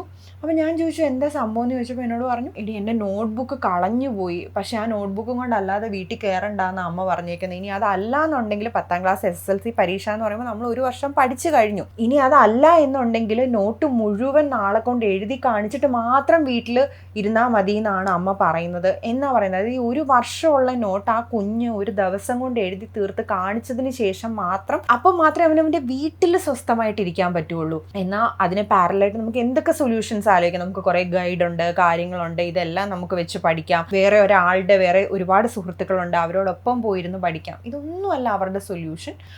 ഒന്നുകിൽ ആ ബുക്ക് ഇന്ന് രാത്രി തന്നെ കണ്ടുപിടിക്കുക, ഇല്ലെങ്കിൽ നാളത്തേക്കുള്ളിൽ ഈ പറയുന്ന നോട്ട് കംപ്ലീറ്റ് ആയിട്ട് എഴുതി തീർക്കുക. ഇപ്പം പേടിച്ചിട്ടാണ് രാത്രിയിൽ വീട്ടിൽ വന്ന് കയറുന്നത്. എന്നിട്ട് ഞാൻ എൻ്റെ നോട്ട്ബുക്ക് കൊടുത്തു, ഞാൻ നാളെ തന്നെ കൊണ്ടുതരാം ഇങ്ങനെ പറഞ്ഞിട്ട് വെപ്രാളത്തിലാണ് ഞാൻ അവനെ കാണുന്നത്. അവൻ പറഞ്ഞ പോലെ തന്നെ ആ ബുക്ക് എനിക്ക് അവൻ തിരിച്ചു കൊണ്ടു തന്നു. പിറ്റേ ദിവസം SSLC പരീക്ഷ കഴിയുന്നു, കാര്യങ്ങളൊക്കെ കഴിയുന്നു. അവൻ കുറച്ച് നാൾ കഴിഞ്ഞപ്പോൾ അവൻ സൂയിസൈഡ് ചെയ്തു. അതായത് എനിക്കിപ്പോൾ ആലോചിക്കുമ്പോൾ അറിയാം, അന്ന് നമുക്കിതിൻ്റെ കാരണങ്ങൾ അത്രത്തോളം അറിയില്ലല്ലോ. പക്ഷെ ഇപ്പം നമ്മൾ ആലോചിക്കുമ്പോൾ ആ കുഞ്ഞ്, കാരണം ഞാനിപ്പോൾ 10ാം ക്ലാസ്സിലൊക്കെ പഠിക്കുന്ന ഒരു കുട്ടിയെ കാണുമ്പോൾ എനിക്ക് ഭയങ്കര കുട്ടിയായിട്ടാണ് തോന്നുക. ഞാൻ പറയുന്നത് അവരെ കുഞ്ഞാക്കി കാണിക്കുന്നു എന്നല്ല പറയുന്നത്. പക്ഷെ ആ അവസ്ഥയിൽ എന്തുമാത്രം ഒരു കുട്ടിക്ക് ചിന്തിക്കാൻ സാധിക്കും, അല്ലെങ്കിൽ എന്തുമാത്രം അവസ്ഥകളിലൂടെ ആയിരിക്കും ആ കുട്ടിക്ക് അവരുടേതായിട്ടുള്ള പ്രശ്നങ്ങളുണ്ട് എന്നൊക്കെ എനിക്ക് മനസ്സിലാക്കാൻ സാധിക്കും. പക്ഷെ അവൻ എന്തുകൊണ്ടാണ് അങ്ങനെ ഒരു കാര്യം ചെയ്തതെന്ന് എനിക്ക് പിന്നീട് ഇരുന്ന് ആലോചിക്കുമ്പോൾ എനിക്ക് മനസ്സിലാക്കാൻ പറ്റുന്നുണ്ട്. അവ അങ്ങനെ ഈ അടുത്തൊക്കെയും ഈ പറയുന്ന പോലെ അധ്യാപകരുടെ ഇതിൻ്റെ പേരിൽ സൂയിസൈഡ് ചെയ്യുന്നു. നമ്മൾ അടുത്ത് ഒരുപാട് ഇൻസിഡൻസ് നമ്മളിപ്പം വായിക്കുന്നുണ്ട്, കാണുന്നുണ്ട്. അപ്പോഴൊക്കെ എനിക്കിങ്ങനെ ഇത് ഓർമ്മ വരും. കാരണം അവനെ ആരെങ്കിലും ഒന്ന് കേൾക്കാൻ തയ്യാറായിട്ടുണ്ടായിരുന്നെങ്കിൽ, അല്ലെങ്കിൽ അവനെ എന്താ വേണ്ടത്, എത്ര നാൾ നമ്മൾ ആ പ്രഷറിൽ ജീവിക്കും ഒരു മനുഷ്യൻ. ഞാനതാ പറഞ്ഞു, എനിക്ക് ഇപ്പം ഇരുന്ന് ആലോചിക്കുമ്പോൾ മനസ്സിലാവും, ഞാൻ ഇപ്പം ഇരുന്ന് ആലോചിക്കുന്നത് ഞാൻ കുറച്ച് വലുതായിരുന്നെങ്കിൽ, എന്നല്ല എനിക്ക് ഇത്രയും ഒരു എക്സ്പീരിയൻസ് എന്തെങ്കിലും ഉണ്ടായിരുന്നെങ്കിൽ നമുക്കതൊന്ന് പറഞ്ഞ് മനസ്സിലാക്കാൻ സാധിക്കുമായിരുന്നല്ലോ എന്ന് വരെ നമ്മൾ ചിന്തിച്ചു പോകും. പക്ഷെ അന്ന് നമ്മളും കുഞ്ഞല്ലേ, നമുക്കും അറിയുന്നതിന്, നമുക്കും പറയുന്നതിന്, എടുക്കുന്നതിനും ഒക്കെ ഒരുപാട് ലിമിറ്റേഷൻസ് ഉണ്ട്. സംഭവിച്ചു കഴിഞ്ഞ് കഴിയുമ്പോൾ എല്ലാവർക്കും ഭയങ്കര ഇതാണ്, അയ്യോ എന്തിനാ എൻ്റെ കുഞ്ഞങ്ങനെ ചെയ്തേ, എന്തിനാ നിങ്ങളുടെ കുഞ്ഞ് അങ്ങനെ, അല്ലെ നമ്മൾ ഈ പറയുന്ന അധ്യാപകർ ഉൾപ്പെടെ ചോദിക്കുന്നത് ഞാൻ കേട്ടിട്ടുണ്ട്, എന്തിനാണ് അവൻ അങ്ങനെ ചെയ്തത്, എന്തിനാണ് അവൻ അങ്ങനെ ചെയ്തതെന്ന് ചോദിച്ചാൽ നിങ്ങളൊക്കെയാണ് കാരണം, നിങ്ങളൊക്കെ കാരണമാണ് അങ്ങനെ ചെയ്യുന്നത്, നിങ്ങൾ കൊടുക്കുന്ന പ്രഷറാണ്. ഞാൻ പറഞ്ഞില്ലേ, പിന്നീടിരുന്ന് ആലോചിക്കുന്ന സമയത്ത് നമ്മൾ ചിന്തിക്കുമ്പോൾ നമുക്ക് ഓർത്തെടുക്കാൻ നിങ്ങളൊക്കെ ഒരു നല്ല മെമ്മറിയെങ്കിലും കൊടുക്കൂ കുട്ടികൾക്ക്, അല്ലെങ്കിൽ അവർക്ക് നിങ്ങൾ കൊടുക്കുന്ന ഭാരത്തിൽ നിന്നൊന്ന് കുറച്ചെങ്കിലും നിങ്ങൾ കൊടുക്കാൻ ശ്രമിക്കുക. അതായത് ഈ പറയുന്ന എക്സ്പീരിയൻസസ് എന്നൊക്കെ പറയുന്നത്, ഇതൊക്കെ എക്സ്പീരിയൻസ് ആണെന്ന് പറഞ്ഞ് നമുക്ക് ഇങ്ങോട്ടേക്ക് തരുന്ന സമയത്ത് എല്ലാ എക്സ്പീരിയൻസും ഒന്നും നല്ലതല്ല. അങ്ങനത്തെ എക്സ്പീരിയൻസ് ഒന്നും ആരും ഡിസേർവ് ചെയ്യുന്നില്ല. നിങ്ങളൊന്ന് ആലോചിച്ച് നോക്കി, ഒരു കുട്ടി എന്നല്ലേ നമ്മുടെ ചൈൽഡ്ഹുഡ് എന്നൊക്കെ പറയുന്നത് നമ്മൾ ഏറ്റവും കൂടുതൽ സുരക്ഷിതരായിരിക്കാൻ സാധിക്കുന്ന ഒരു സ്പേസ് അല്ലേ. കാരണം നമുക്ക് ഏറ്റവും കൂടുതൽ ആൾക്കാരുടെ ശ്രദ്ധ കിട്ടുന്ന ഒരു സമയമാണ്. പേരൻസിൻ്റെ, ടീച്ചേഴ്സിൻ്റെ, നമ്മുടെ വീട്ടിലുള്ള എല്ലാ ആൾക്കാരുടെയൊക്കെ ശ്രദ്ധ നമ്മളിൽ മാത്രമായിരിക്കും. കുഞ്ഞുങ്ങളാണ് എന്ന് പറഞ്ഞിട്ട് നമ്മളിലേക്ക് മാത്രം ശ്രദ്ധ കേന്ദ്രീകരിക്കുന്ന ഒരു സമയമാണ്. പക്ഷേ നമ്മുടെ നാട്ടിൽ എത്ര കുട്ടികൾക്ക് സേഫായിട്ടിരിക്കാൻ പറ്റുന്നുണ്ട്? നമ്മൾ ഏറ്റവും സേഫായിട്ടിരിക്കേണ്ട ഒരു പീരീഡിൽ നമ്മളുടെ നാട്ടിൽ എത്ര കുട്ടികൾക്ക് സേഫായിട്ടിരിക്കാൻ പറ്റുന്നുണ്ട്? നമ്മളുടെ അടുത്ത് റാൻഡമായിട്ട് ആൾക്കാർ വന്നിട്ട് പോലും നീ കൊള്ളത്തില്ല, നീ മോശമാണ്, അതാണ് ഇതാണ് എന്നൊക്കെ പറയുമ്പം നമുക്ക് വേദന ഉണ്ടാക്കും, അല്ലെങ്കിൽ നമ്മളെ അത് കോൺഷ്യസ് ആക്കും. അപ്പോൾ ഒന്ന് ആലോചിച്ച് നോക്കിയേ, ഒരു കൊച്ചു കുട്ടി അത് കേൾക്കുമ്പോൾ, അതും അധ്യാപകരുടെ അടുത്ത്, നമ്മളിങ്ങനെ പഠിച്ചു വെച്ചിരിക്കുകയാണല്ലോ, മാതാപിതാ ഗുരു ദൈവമാണ്. അപ്പോൾ ഗുരു എന്ന് പറഞ്ഞു കഴിഞ്ഞാൽ അത്രയും വലിയ സംഭവമാണ്. അപ്പോൾ നമ്മളുടെ ഈ അധ്യാപകർ നമ്മുടെ മുഖത്തേക്ക് നോക്കി ഇത്തരം കാര്യങ്ങൾ പറയുന്ന സമയത്ത് നമ്മളതായി മാറുകയാണ്. നമ്മളിപ്പോൾ ആലോചിക്കുമ്പോൾ ഞാൻ അത്ര മോശമായിരുന്നോ, അല്ലെങ്കിൽ നമ്മളുടെ ആ കൊച്ചുകുട്ടി എന്ന് പറയുന്നത് അത്ര മോശമായിരുന്നു എന്ന് നമ്മൾ ആലോചിക്കും. കാരണം നമുക്കല്ലേ അറിയുള്ളൂ, നമ്മളല്ലേ കേട്ടത്, നമ്മളല്ലേ അറിഞ്ഞത്. ഞാനത് തുടക്കത്തിൽ പറഞ്ഞു, അതായത് കോൺഫിഡൻസ് എന്ന് പറയുന്ന ഒരു കാര്യം ജീവിതത്തിൽ നിന്ന് ഇല്ലാണ്ടായിപ്പോയ മനുഷ്യന്മാരെ ഞാൻ കണ്ടു. എന്തെങ്കിലും ചെയ്യുമ്പോൾ എന്നെക്കൊണ്ട് പറ്റുമെന്ന് തോന്നില്ല, എനിക്ക് പേടിയാണ് ചെയ്യാൻ, എന്നെക്കൊണ്ട് നടക്കത്തില്ല, നിങ്ങൾ പൊക്കോ. അതെവിടെയെങ്കിലും ഒന്ന് പോകാനാണെങ്കിലും എന്തെങ്കിലും ഒരു കാര്യം ചെയ്യാനാണെങ്കിലും ഒക്കെ, കാരണം ഇവർ ചെറുതിലേ തൊട്ടേ കേട്ടത് ഇതാണെന്നേ, നിന്നെക്കൊണ്ട് കൊള്ളത്തില്ല, നിന്നെക്കൊണ്ട് പറ്റത്തില്ല. ഈ കാര്യങ്ങളൊക്കെ കേട്ട് ജീവിതത്തിൽ കോൺഫിഡൻസ് ഇല്ലാണ്ടായിപ്പോയ മനുഷ്യന്മാരുണ്ട്. ജീവിതത്തിൽ എങ്ങും എത്താൻ പറ്റാതെ പോയ മനുഷ്യന്മാരുണ്ട്. നമ്മൾ ചിലപ്പോൾ ഇപ്പോഴും അവരെ കുറ്റപ്പെടുത്തുമായിരിക്കും. നമ്മുടെ ഫ്രണ്ട്സിലൊക്കെ ഉണ്ടെങ്കിൽ ചിലപ്പം പലരും കുറ്റപ്പെടുത്തുന്നത് ഞാൻ കണ്ടിട്ടുണ്ട്. നിനക്ക് എന്താ ഇങ്ങനെ ഇരിക്കുന്നത്, ഇത്രയും പറഞ്ഞാൽ നിനക്ക് മനസ്സിലാവത്തില്ലേ, ഇത്രയും കാര്യങ്ങൾ നിൻ്റെ മുന്നിലില്ലേ, ഇതിലും ഇത്രയും ഒന്നും സൗകര്യമില്ലാത്ത ആൾക്കാർ എവിടേക്ക് എത്തുന്നു, എന്നിട്ട് നിനക്ക് എന്താ ചെയ്താൽ എന്നൊക്കെ പറഞ്ഞ് നമ്മൾ കുറ്റപ്പെടുത്തുമായിരിക്കും. പക്ഷെ അവരോടൊക്കെ നിങ്ങൾ ചോദിച്ചു കഴിഞ്ഞാൽ അവരുടെ ഈ ജീവിതത്തിനെ, മുന്നോട്ടുള്ള ജീവിതത്തിനെ ഒക്കെ തകർത്ത് കളയുന്ന രീതിയിൽ അവരുടെ ചൈൽഡ്ഹുഡിൽ അവർക്ക് അത്രയും മോശം എക്സ്പീരിയൻസസ് ഉണ്ടായിട്ടുണ്ടാകും. അതിൻ്റെ ഒരു വലിയ ഭാഗം വരുന്നത്, വലിയ പങ്ക് വരുന്നത് ടീച്ചേഴ്സിൻ്റെ അടുത്തു നിന്നാണ്. എൻ്റെ ലൈഫിൽ ഞാൻ ചില തീരുമാനങ്ങൾ എടുക്കാൻ, ചില കാര്യങ്ങൾ ചില രീതിയിൽ ചെയ്യാൻ ഒക്കെ കാരണമായിട്ടുള്ള എൻ്റെ ഉള്ളിൽ ഏറ്റവും വിഷമമുണ്ടാക്കുന്നൊരു മെമ്മറി, ആ മെമ്മറിയെക്കുറിച്ച് ഞാൻ ഒരിക്കൽ അമ്മയുടെ അടുത്ത് ചോദിച്ചു. അമ്മയുടെ അടുത്ത് എനിക്കെന്തോ അങ്ങനെ ചോദിക്കണം തോന്നി. ഞാൻ ചോദിച്ചു, അന്ന് നിങ്ങളെന്താ എന്നെ വിട്ട് കളഞ്ഞത്, അന്ന് നിങ്ങളെന്താ എനിക്ക് വേണ്ടി സംസാരിക്കാൻ ഞാൻ ചോദിച്ചു. ഇപ്പോഴൊന്നുമല്ല, കുറച്ച് ഒരു 1-2 വർഷമായി. അപ്പോൾ അമ്മ ഇങ്ങനെ കണ്ണൊക്കെ നിറഞ്ഞിട്ട്, എനിക്കന്ന് അതേ അറിയില്ലായിരുന്നു, അന്ന് അങ്ങനെ പറ്റിപ്പോയി എന്നിങ്ങനെ അമ്മ പറഞ്ഞു. അമ്മ ഒരു 18-ാമത്തെ വയസ്സിൽ അമ്മയായതാണ്. അപ്പം അമ്മയാവുക എന്ന് പറയുന്ന ആഗ്രഹത്തോടു കൂടിയോ അല്ലെങ്കിൽ അതിനുവേണ്ടി എന്തെങ്കിലും ട്രെയിനിങ് കിട്ടിയിട്ടൊന്നും അമ്മയായിട്ടുള്ള ആളല്ല. അപ്പോൾ അന്ന് അവരങ്ങനെ കരഞ്ഞുകൊണ്ട് സംസാരിച്ചു. നമ്മുടെ നാട്ടിലൊരു വലിയ വിഭാഗം അമ്മമാരും, ഇപ്പം സുധിയ ഫ്രണ്ടിൻ്റെ കാര്യം പറയുന്ന സമയത്ത് ഞാൻ ആലോചിക്കുന്നത്, അവരൊന്നും അമ്മമാരാവാൻ പ്രിപ്പയർഡായിട്ട് അമ്മമാരായതല്ല. അവർക്ക് പിള്ളേരെ എങ്ങനെ ട്രെയിൻ ചെയ്യണമെന്നറിയില്ല. ഒരു പക്ഷേ അവർക്ക് കിട്ടിയിട്ടുള്ള ട്രോമ ഒരു കുഞ്ഞുങ്ങൾക്ക് കൊടുക്കുകയാണ്. അതിനപ്പുറത്തേക്ക് ഇതെന്താ പരിപാടി എന്നുള്ളത് അവർ മനസ്സിലാക്കി വരുമ്പോൾ ചിലപ്പോൾ അവർ വയസ്സാവും. ശ്രദ്ധിച്ചിട്ടുണ്ടോയെന്നറിയില്ല, കുറേ അമ്മൂമ്മമാരാകുമ്പോൾ അവർ കൊച്ചുമക്കളെ ഡീൽ ചെയ്യുന്ന കാണുമ്പോൾ നമുക്ക് തോന്നും, ഇവരാണോ എന്നെ വളർത്തിയത്, ഇതായിരുന്നോ എനിക്ക് തന്നത് എന്ന് നമുക്ക് ചോദിക്കാൻ തോന്നും. അതിൻ്റെ കാരണം ആ ഏജിലെത്തുമ്പോൾ അവർ പതിയെ റെഡി ആവുകയാണ്. ഒരു കുഞ്ഞിനെ അല്ലെങ്കിൽ ഒരു മനുഷ്യജീവിയെ, ഒരു കുഞ്ഞിനെ നിങ്ങളെങ്ങനെ കൈകാര്യം ചെയ്യണമെന്നുള്ള രീതിയിൽ. അമ്മമാരുടെ കാര്യം അങ്ങനെയാണ്. പക്ഷെ അധ്യാപകരെന്ന് പറയുന്നത് അത് അവരുടെ ഡിസിഷനായിരുന്നു. അമ്മയാവുക എന്നുള്ള ഡിസിഷൻ ആയിരുന്നില്ല, അധ്യാപകരാവുക എന്നുള്ള ഡിസിഷനായിരുന്നു. ആ ഡിസിഷൻ എടുക്കുന്ന സമയത്ത് നിങ്ങൾ കൈകാര്യം ചെയ്യാൻ പോകുന്നത് കുഞ്ഞുങ്ങളെയാണ് എന്ന് മനസ്സിലാക്കണം. ഡിസിഷൻ എന്ന് പറയുമ്പോഴും പല ആൾക്കാരും ഇഷ്ടമല്ലാതെ പ്രൊഫഷനിലേക്ക് വന്ന ആൾക്കാരൊക്കെ വരുന്നുണ്ടാവും. പക്ഷേ ബഹുഭൂരിപക്ഷം കേസിലും അതൊരു ഡിസിഷനാണ്. നമ്മൾ അറിഞ്ഞുകൊണ്ട് എടുക്കുകയല്ലേ, എനിക്ക് അധ്യാപകനാവണം അല്ലെങ്കിൽ ഞാൻ ചെയ്യാൻ പോകുന്നത് ഇന്നതാണെന്ന് അറിഞ്ഞിട്ട് ചെയ്യാം. ഞാൻ പേരൻറ്റിങ് ആണ് ചെയ്യാൻ പോകുന്നത് എന്ന് അറിഞ്ഞിട്ടല്ല നമ്മുടെയൊക്കെ അച്ഛനമ്മമാരിൽ പലരും ബഹുഭൂരിപക്ഷം ആളുകളും അച്ഛനമ്മമാരായിട്ടുള്ളത്. പക്ഷേ ഇവിടെ ആ കുഞ്ഞിൻ്റെ കാര്യം പറഞ്ഞപ്പോൾ എൻ്റെയും ഈ സ്കൂളിൽ അമ്മയെ വിളിച്ചുകൊണ്ട് വരിക എന്ന് പറയുന്ന പരിപാടി, പ്രത്യേകിച്ച് ഈ മാർക്ക് ലിസ്റ്റിൻ്റെ സമയത്ത്, ഞാൻ ആ സമയത്ത് അച്ഛനെ വിളിച്ചുകൊണ്ട് വരാനാണ് ഇഷ്ടപ്പെട്ടിരുന്നത്. അച്ഛനാകുമ്പോൾ എന്ത് കേട്ട് കഴിഞ്ഞാലും വെടികൊണ്ട പോലെ ഇരുന്ന് കേൾക്കും. അത് കഴിഞ്ഞ് വീട്ടിൽ വന്നിട്ട് അമ്മ ചോദിക്കും എന്താ പറഞ്ഞ്, കുഴപ്പമൊന്നുമില്ല കഴിഞ്ഞു, അച്ഛൻ ഇത്രേ ഉള്ളൂ, അവരുടെ ഇഷ്ടത്തിന് പഠിക്കട്ടെ വളരട്ടെ. പക്ഷെ അമ്മ വന്നു കഴിഞ്ഞാൽ അങ്ങനെയല്ല. അമ്മ ഒരു 2 കിലോ കുറ്റമായിട്ടാണ് സ്കൂളിലേക്ക് ചെല്ലുന്നത്. ഇവരങ്ങനെയാണ്, ഇവരിങ്ങനെയാണ്, അതാണ് ഇതാണ്. ടീച്ചേഴ്സും അതിൻ്റെ ഒരു 10 ഇരട്ടി തിരിച്ചും കൊടുക്കും. ഇതെല്ലാം കഴിഞ്ഞ് തിരിച്ച് വീട്ടിൽ ചെല്ലുമ്പോൾ നമ്മൾ ഓടിച്ചിട്ടടിക്കും. ഞാൻ വീട് മുഴുവൻ ഓടി നടന്ന് അടി കൊണ്ടൊക്കെ എനിക്ക് ഓർമ്മയുണ്ട്. പക്ഷേ അത് എല്ലാവർക്കും ഇപ്പം അന്ന് നമ്മളിത് ഹാൻഡിൽ ചെയ്യുന്ന കാര്യം, എനിക്ക് അനിയനുണ്ട്, 2 അനിയത്തിമാരുണ്ട്, ഞങ്ങൾ അങ്ങോട്ടും ഇങ്ങോട്ടും ഇതൊക്കെ കോമഡിയും കാര്യങ്ങളൊക്കെ ആയിട്ട് ഒരു ഓളത്തിൽ അങ്ങ് പോകും. പിന്നെ അല്ലാതെ വേറെയും കുറേ ട്രോമ നമുക്ക് വീട്ടിൽ കിടപ്പുണ്ട്, ഇതിനേക്കാൾ വലിയ കാര്യങ്ങൾ.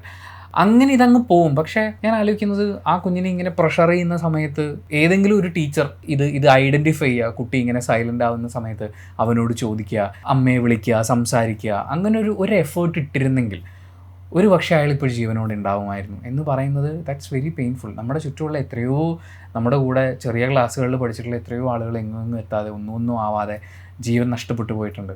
അതിൽ കുറേ ആളുകളെയൊക്കെ രക്ഷിക്കാൻ നമ്മുടെ അധ്യാപകരിൽ പലർക്കും സാധിക്കുമായിരുന്നു. പക്ഷേ അതിന് എഫേർട്ട് ഇടാത്തതും ഒരു കുറ്റമാണ്. അതിലേക്ക് എണ്ണ കോരി ഒഴിച്ചതും ഒരു വലിയ കുറ്റമാണ്. എണ്ണ കോരി ഒഴിച്ചവരെ കുറിച്ച് സംസാരിക്കാൻ നമ്മളിപ്പോൾ ഉണ്ട്. പക്ഷേ സഹായിക്കാതെ പോയ ആളുകളെക്കുറിച്ച് സംസാരിക്കേണ്ട ആളുകൾ പലരും ഇപ്പോൾ ജീവനോടില്ല. ഞാൻ പല അധ്യാപകരുടെ അടുത്തായിട്ട് പാട്ട് പഠിച്ചിട്ടുണ്ട്. അതിലൊരു അധ്യാപകൻ എന്ന് പറയുന്നത് ഈ ഗുരുത്വമില്ല എന്ന് പറയില്ലേ, അതായത് ഗുരുത്വമുള്ള കുട്ടികൾ, ആ ഗുരുത്വം വേണമെങ്കിൽ സെർട്ടൻ കാറ്റഗറീസ് നമ്മൾ മീറ്റ് ചെയ്യണം, അല്ലാത്ത കുട്ടികൾ ഗുരുത്വമില്ലാത്ത കുട്ടികൾ എന്നാണ്. അതെ, ഞാൻ ഗുരുത്വം ഇല്ലാതിരുന്ന കുട്ടികളിൽ പെട്ട ഒരാളായിരുന്നു. അതിൻ്റെ കാര്യം എന്ന് പറയുന്നത്, ഒന്ന്, ഈ മ്യൂസിക് ക്ലാസ്സിനൊക്കെ ചെല്ലുന്ന സമയത്ത് രാവിലെ എല്ലാവരും എഴുന്നേറ്റ് കുളിച്ച് അമ്പലത്തിൽ പോയി അവിടുന്ന് മറ്റേ നെറ്റിയിൽ നിറയെ ചന്ദനവും സിന്ദൂരവും ഒക്കെ തൊട്ട് വന്ന് അധ്യാപകൻ്റെ കാല് തൊട്ട് വണങ്ങിയിട്ട് ക്ലാസ്സിനിരിക്കുക. ഇതാണ് ഒരു കാര്യം. അത് ഞാൻ അവരെ കുറ്റപ്പെടുത്തുകയല്ല പറയുന്നത്, പക്ഷെ അവർക്ക് മാത്രമാണ് ഗുരുത്വമുള്ളത് എന്ന് പറഞ്ഞ് കാറ്റഗറൈസ് ചെയ്ത് വെച്ചിരിക്കുന്ന സംഭവത്തിനെയാണ് ഞാൻ പറയുന്നത്. പുള്ളി വേറെ മതത്തിൽപ്പെട്ടവരൊന്നും പഠിപ്പിക്കൂലേ? അതെനിക്കറിയത്തില്ല കേട്ടോ, ഞാൻ ശ്രദ്ധിച്ചിട്ടില്ല. ഓക്കെ. പക്ഷെ എന്നെ സംബന്ധിച്ചിടത്തോളം രാവിലെ എഴുന്നേറ്റ് കുളിച്ച് അമ്പലത്തിൽ പോവാന്നൊക്കെ പറയുന്നത് എനിക്ക് ഭയങ്കര ടയറിങ് ആയിട്ടുള്ള പ്രോസസ്സാണ്. ഞാൻ അമ്പലത്തിൽ പോകുന്നത്, അത് ഞാൻ എല്ലാ അമ്പലത്തിലൊന്നും പോകുന്നില്ല. എനിക്ക് കുറച്ച് സമാധാനം കിട്ടും, കുറച്ച് ശാന്തമായിട്ടിരിക്കാൻ പറ്റും എന്നൊക്കെ പറ്റുന്ന ഒരു സ്പേസിൽ ആംബിയൻസിന് വേണ്ടിയാണ് അമ്പലത്തിൽ പോകുന്നത്. ഓക്കെ, അതെ, അങ്ങനെയുള്ള ഇതെടുത്താണ് ഞാൻ അമ്പലത്തിൽ പോവുക. ഇല്ലെങ്കിൽ പിന്നെ നല്ല പ്രസാദം കിട്ടുന്ന അമ്പലമായിരിക്കണം, അപ്പം ഞാൻ അമ്പലത്തിൽ പോകും. ഇതൊക്കെയാണ് എൻ്റെ ഒരു ഇത്. അപ്പം എനിക്ക് എല്ലാ ദിവസവും രാവിലെ എഴുന്നേറ്റ് അമ്പലത്തിൽ പോവുക, വരിക, അതും എല്ലാ ദിവസവും പോയിട്ട് പുള്ളിയുടെ കാല് തൊട്ട് വണങ്ങി അവിടെ എനിക്കിതൊന്നും നടക്കുന്ന കാര്യമല്ല, എന്നെ കൊണ്ട് പറ്റില്ല.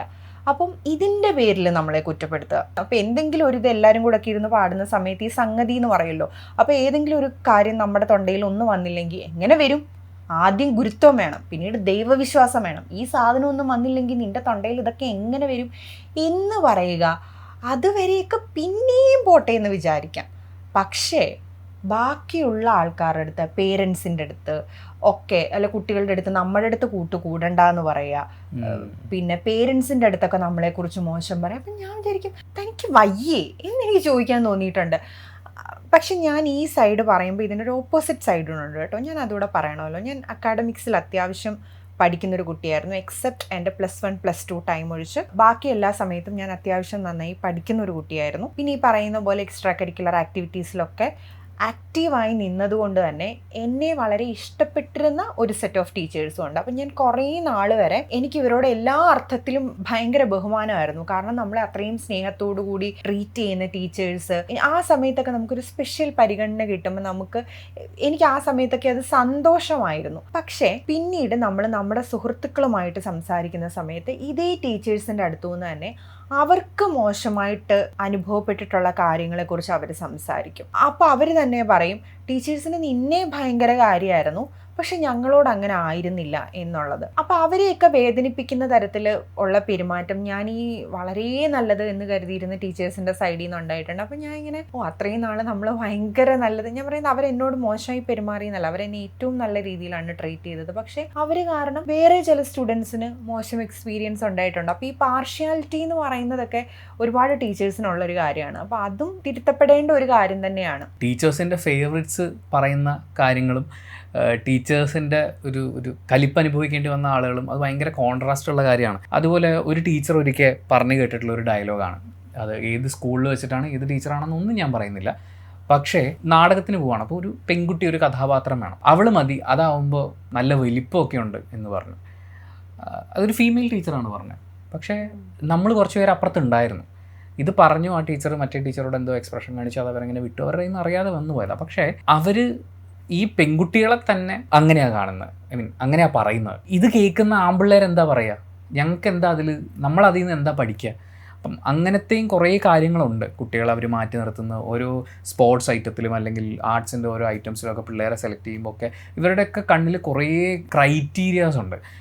ഇപ്പം ഞാൻ ഇരുനിറം എന്ന് പറയുന്നൊരു സിനിമ അത് കണ്ടു തുടങ്ങി കുറച്ചായിട്ടേ ഉള്ളൂ. പക്ഷേ ഒരു ഇരുനിറമുള്ള പെൺകുട്ടി അവളെ ഒപ്പനയ്ക്ക് മണവാട്ടിയായിട്ട് ആദ്യം ഇരുത്തിയിട്ട് നീ അങ്ങോട്ട് മാറിയിരുന്നേന്ന് വേറൊരു ടീച്ചർ വന്ന് ധാർഷ്ട്യത്തോടെ പറയുകയാണ്. അതൊരു കുഞ്ഞല്ലേ, 7ാം ക്ലാസ്സിലോ 8ാം ക്ലാസ്സിലോ പഠിക്കുന്ന ഒരു കുഞ്ഞല്ലേ, ആ കുഞ്ഞിനോട് പറയണ്ടേ മക്കളെ നമുക്ക് അടുത്ത ഒരു ഐറ്റത്തിന് നോക്കാം അല്ലെങ്കിൽ വേറൊരു ഐറ്റത്തിന് നോക്കാം. ഈ കുഞ്ഞിനെ ഇത്രയും പറഞ്ഞ് സ്വപ്നം കാണിച്ച് അവൾക്ക് മണവാട്ടിയുടെ കോസ്റ്റ്യൂമൊക്കെ കൊടുത്തിട്ട് നിറം കുറവാണ് മെലിഞ്ഞിട്ടാണ് ഒറ്റ കാരണം കൊണ്ട് അവളെ ആ ഒരു സ്പേസിൽ നിന്ന് എടുത്ത് മാറ്റുമ്പോൾ അവൾക്ക് മാത്രമല്ല കൂടെ നിൽക്കുന്ന മറ്റു കുട്ടികൾക്കും അത് ഷോക്കായിരുന്നു. അപ്പോൾ ഇവരൊക്കെ എന്താ പഠിക്കുന്നത്? This is something ugly.